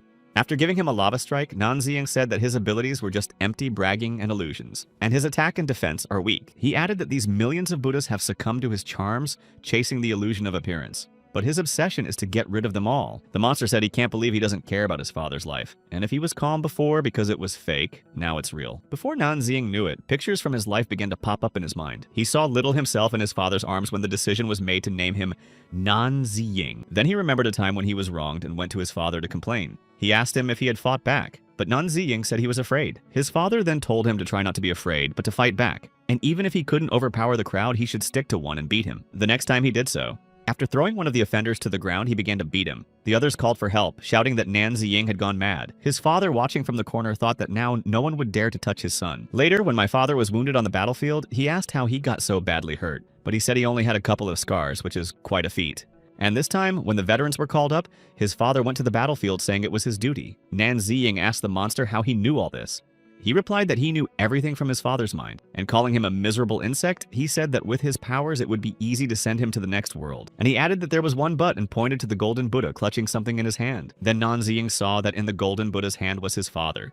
He let it out of his hand and the wounded man began to fall. The monster said that he got those wounds fighting on the defense line, and if you think about it, he saved him.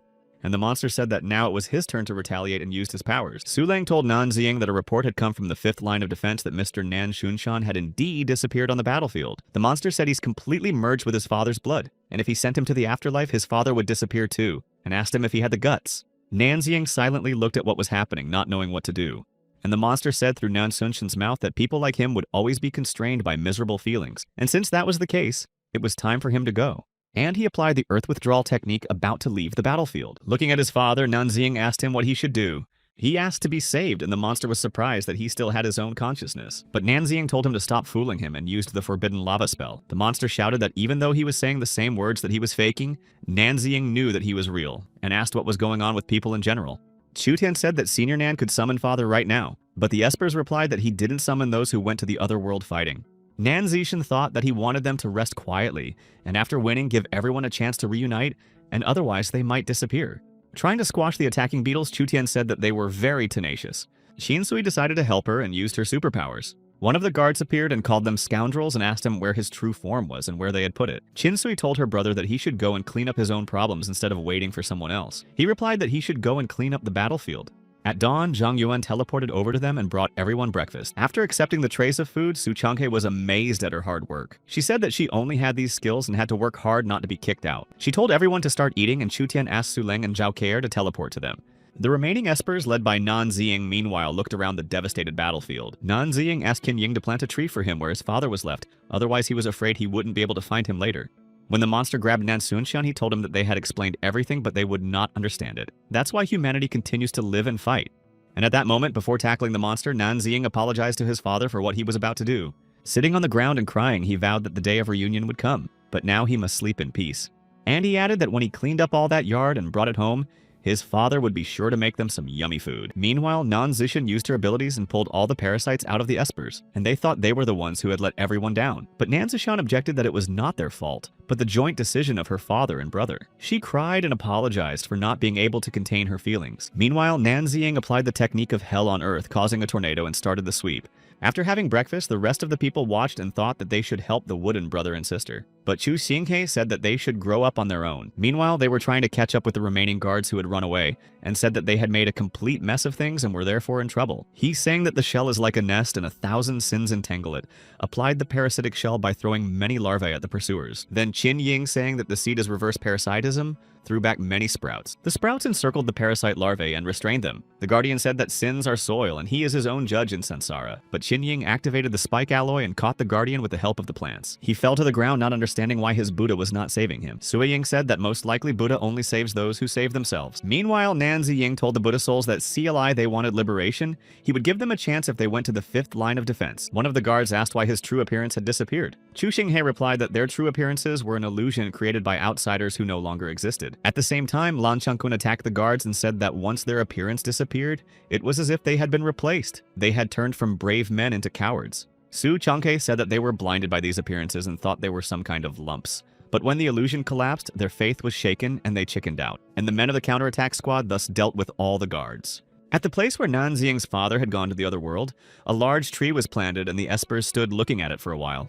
Watching them from some distance were Chu Tian and Su Changhe with a tray of food in their hands. He said that if they didn't eat, the food would get cold and asked Chu Tian to teleport the others because it was time to eat. She teleported the others and they sat down to eat. Zhang Yuan handed Nan Ziying a tray and said that it was time to eat. He thanked her.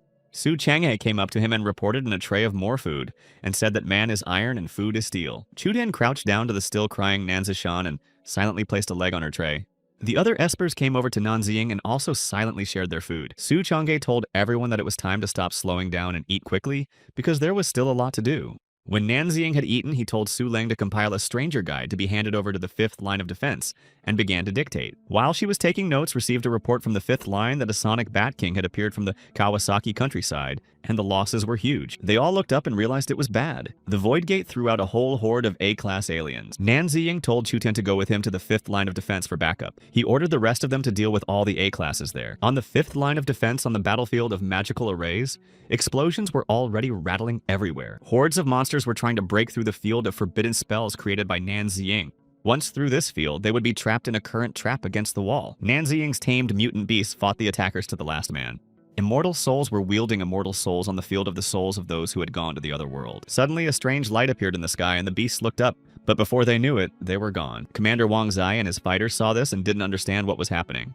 They all clutched their heads. They couldn't see or hear their attackers, but they felt as if all the energy in their bodies was about to explode. Wang Zai ordered everyone to calm down and applied the Scarlet Abyss immersion. Judging from the trajectory of the attack, it came from a cloud in the sky, and he ordered the 10,000 steel eagles to disperse this cloud. But then he saw a huge bat emerge from the cloud and prepare to attack the eagles. He shouted that they are aliens that look like bats. They make a sound that people can't hear and it's like a sonic attack. The steel eagles were defeated, and the general realized that their sound waves were causing an explosion of energy in their bodies, and that was S-class power. He ordered all those awakened on the battlefield to immediately retreat to underground shelters and conserve their strength, and Nan Ziying had to be informed immediately.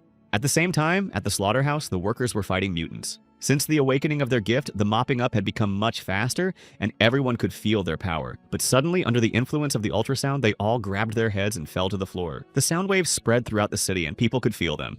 Arriving at the 5th line of defense, Nan Ziying realized that this was a sonic attack and needed to urgently muffle the sound to keep the city's fighting ability intact. He cast the forbidden spell of the sound element Great Sound Soundless, and then created a soundproof dome 500 kilometers long and activated with a gain of 10 billion. Upon realizing that the sonic attack had been lifted, General Wang Zai realized that it was Nan Ziying and ordered the soldiers to follow him into the attack and continue fighting. The slaughterhouse workers didn't realize what it was, but they thought there was a creepy opponent on line 5. They decided to go watch the live broadcast. Nan Ziying asked Chu Tian to teleport him there and work in conjunction with him. And in a second, he was already in close proximity to the bat. But he didn't have time to attack because the enemy flew away at breakneck speed, and he realized that he would have to strike with lightning. First, he cast the Forbidden Wood spell to strengthen, and then the Forbidden Lightning strike spell. Lightning struck, but the bat dodged it. Nan Ziying was surprised at the speed that even the lightning could not keep up. He realized that he couldn't be hit by normal attacks. Then the Bat King summoned darkness, and everything around him began to fall into darkness. But Nan Ziying cast a Forbidden Light spell that pierced through the impending darkness. And then the Bat King appeared behind him and used an ultrasonic attack. The sound waves emitted by the monster threw Nan Ziying off, and he tried to use the Forbidden Sound muffling spell. But as he fell down, he realized that none of the forbidden casts were holding, and he needed to find a limit of reinforcement that would definitely work. He began to try using muffling first 10 times, then 100, and then 1,000, and 1,000,000 times. He knew he couldn't prolong the battle of attrition, but to neutralize the sonic boom would require a lot of reinforcements, and he had few stones. Just then, Chu Tian appeared from the portal and said that the monster's attacks were hitting too wide. She also said that the soundproof dome over the city was too big and thin, and would break any minute. Then he cast a forbidden sound muffling spell with an amplification of several billion. But even that wasn't enough, and he asked Chu Tian to find a way to teleport him and the opponent away from the 5th battlefield. Chu Tian did not have time to fulfill Nanziying's instruction, as a Bat King flew at her from above. It emitted an ultrasonic signal, and she began to tumble downward from the pressure of those waves. Nanziying applied a wood protection spell, and she was picked up by the tree branches. Wang Zai then picked her up and had to take care of her. The Bat King approached Nanziying, applying ultrasound. He cast a forbidden sound muffling spell for X 1,000,000, and then activated the forbidden spell sound interference, deciding that since normal attacks don't work, he should beat him with the same weapon. The ultrasonic waves he used were weak but still worked. He applied another forbidden sound wave spell with 100,000,000 times overlap. The sound waves he created caught up with the monster. It was writhing in pain, and it was obvious that his spells had worked. Nanziying realized that he had managed to damage the monster's eardrums. The monster called him a pathetic insect, and said it was time for him to go to the other world, and released a powerful energy wave from its mouth. Nanziying tried to repel the attack by first applying the forbidden sound interference spell, and then a sound wave with 100,000,000 times overlap. He activated a defense spell, but the powerful sound wave created by the monster still hit him, and he flew off to the side. The impact, he thought, was not enough for a direct hit with the sound waves, and the remaining rocks weren't enough, so we'll just have to find one and make a single strike. He reasoned that sound waves created by forbidden magic have a limited supply of attack energy, but consume a lot of source stones. So he decided to try to use forbidden magic just to convert ordinary sounds into attacks. So he used the forbidden spell sound transformation. Meanwhile, the Bat King was already nearby again, about to attack Nanziying. Once again, using ultrasound, he said that his opponent was nothing more than a pathetic mosquito. Nanziying said that the strength of his vocal cords was very limited, but he asked what if 1,000,000 throats of city dwellers started shouting along with him. The people who came out onto the streets were willing to help Nanziying, and the Bat King realized that they were capable of breaking his ultrasonic waves. General Wang Zai was trying to figure out if they could hold out if Nanziying won as he landed beside them. He used the forbidden spell of the Dome of Silence, and said the barrier would hold for a while, and the general had to order all the citizens to shout. Then General Wang Zai appeared on all the TV screens, and said that he was asking all the citizens of the city to start shouting along with him. At the end of his speech, he started shouting live on air that Dacia would win. The workers of the polygon supported him and started shouting the slogan that Dacia would win. And soon all the people who came out on the streets responding to the general's request began to shout that Dacia would win. Even the immortal souls involved in this battle began to shout this slogan. All of Nanziying's tamed mutant beasts supported the humans and began to roar loudly. Meanwhile, Nanziying himself activated the forbidden sound absorption spell. The Bat King approached with words that a directed attack would break their barrier. Nanziying applied the forbidden sound transformation spell, followed by a sound wave with an overlap of 1,000,000,000, and a huge red dragon appeared. But the Bat King still continued to attack by applying a directional sonic boom. The huge red dragon moved towards the sound wave released by the monster, opening its jaws and intending to devour it. There was a powerful explosion, but the dragon summoned by Nanziying remained unharmed. The dragon grabbed the Bat King so that he couldn't move and opened its huge maw over him. Nanziying shouted that it was time for them to hear the dragon roar of the Dacia people and repent of their arrogance towards humanity. The huge red dragon roared deafeningly, and the Bat King was getting closer and closer to its maw. In a second, the entire space around them was covered in smoke, and the monster went to the other world. Nanziying said he had to go back to the gate to stop a possible invasion, and Wang Zai was to let him know if the aliens showed up. They leaned over Chu Tian, and Nanziying asked how she was feeling. She was weak and asked him for permission to teleport to the shelter. She started to open the portal, saying she thought she should be able to do it. She opened it, but immediately in Nanziying's arms she lost her senses. He shouted her name. Realizing that she needed to be handed over to the healers, he rushed to the open portal. Meanwhile, near the Gate of the Void, there was a battle going on with the new aliens who had come through the gate. Chuxing, he used his superpowers and said that he needed to clear the battlefield. Su Chang'e had meanwhile defeated almost all the turtles and said that it was a pity they were monsters and not real animals, as they could have made a great soup. Using his superpowers, Lan Changkun said that he had suffered a lot in the past battle with those creatures, but he's not the same as before. Fighting the huge snakes, Qin Ying and Sui Ying used 1,000 poisonous thorns against them and magical plants to bind the monsters. When they finally dealt with all the monsters, Su Chang'e said that breakfast failed like it never happened, and he was hungry again. Shuking, he wondered how Nanziying was doing. Lan Changkun said that at this time, no news was also good news. Looking up, Chuxing thought that after teleporting the wave of monsters, the gate would stop working for a while. There must be a principle behind their appearance. Su Chang'e listened to his assumption and said that he must have found out something new. Deciding that it was necessary to record all the teleportation gate emissions, Chu Xinghe asked Su Leng to record all of it.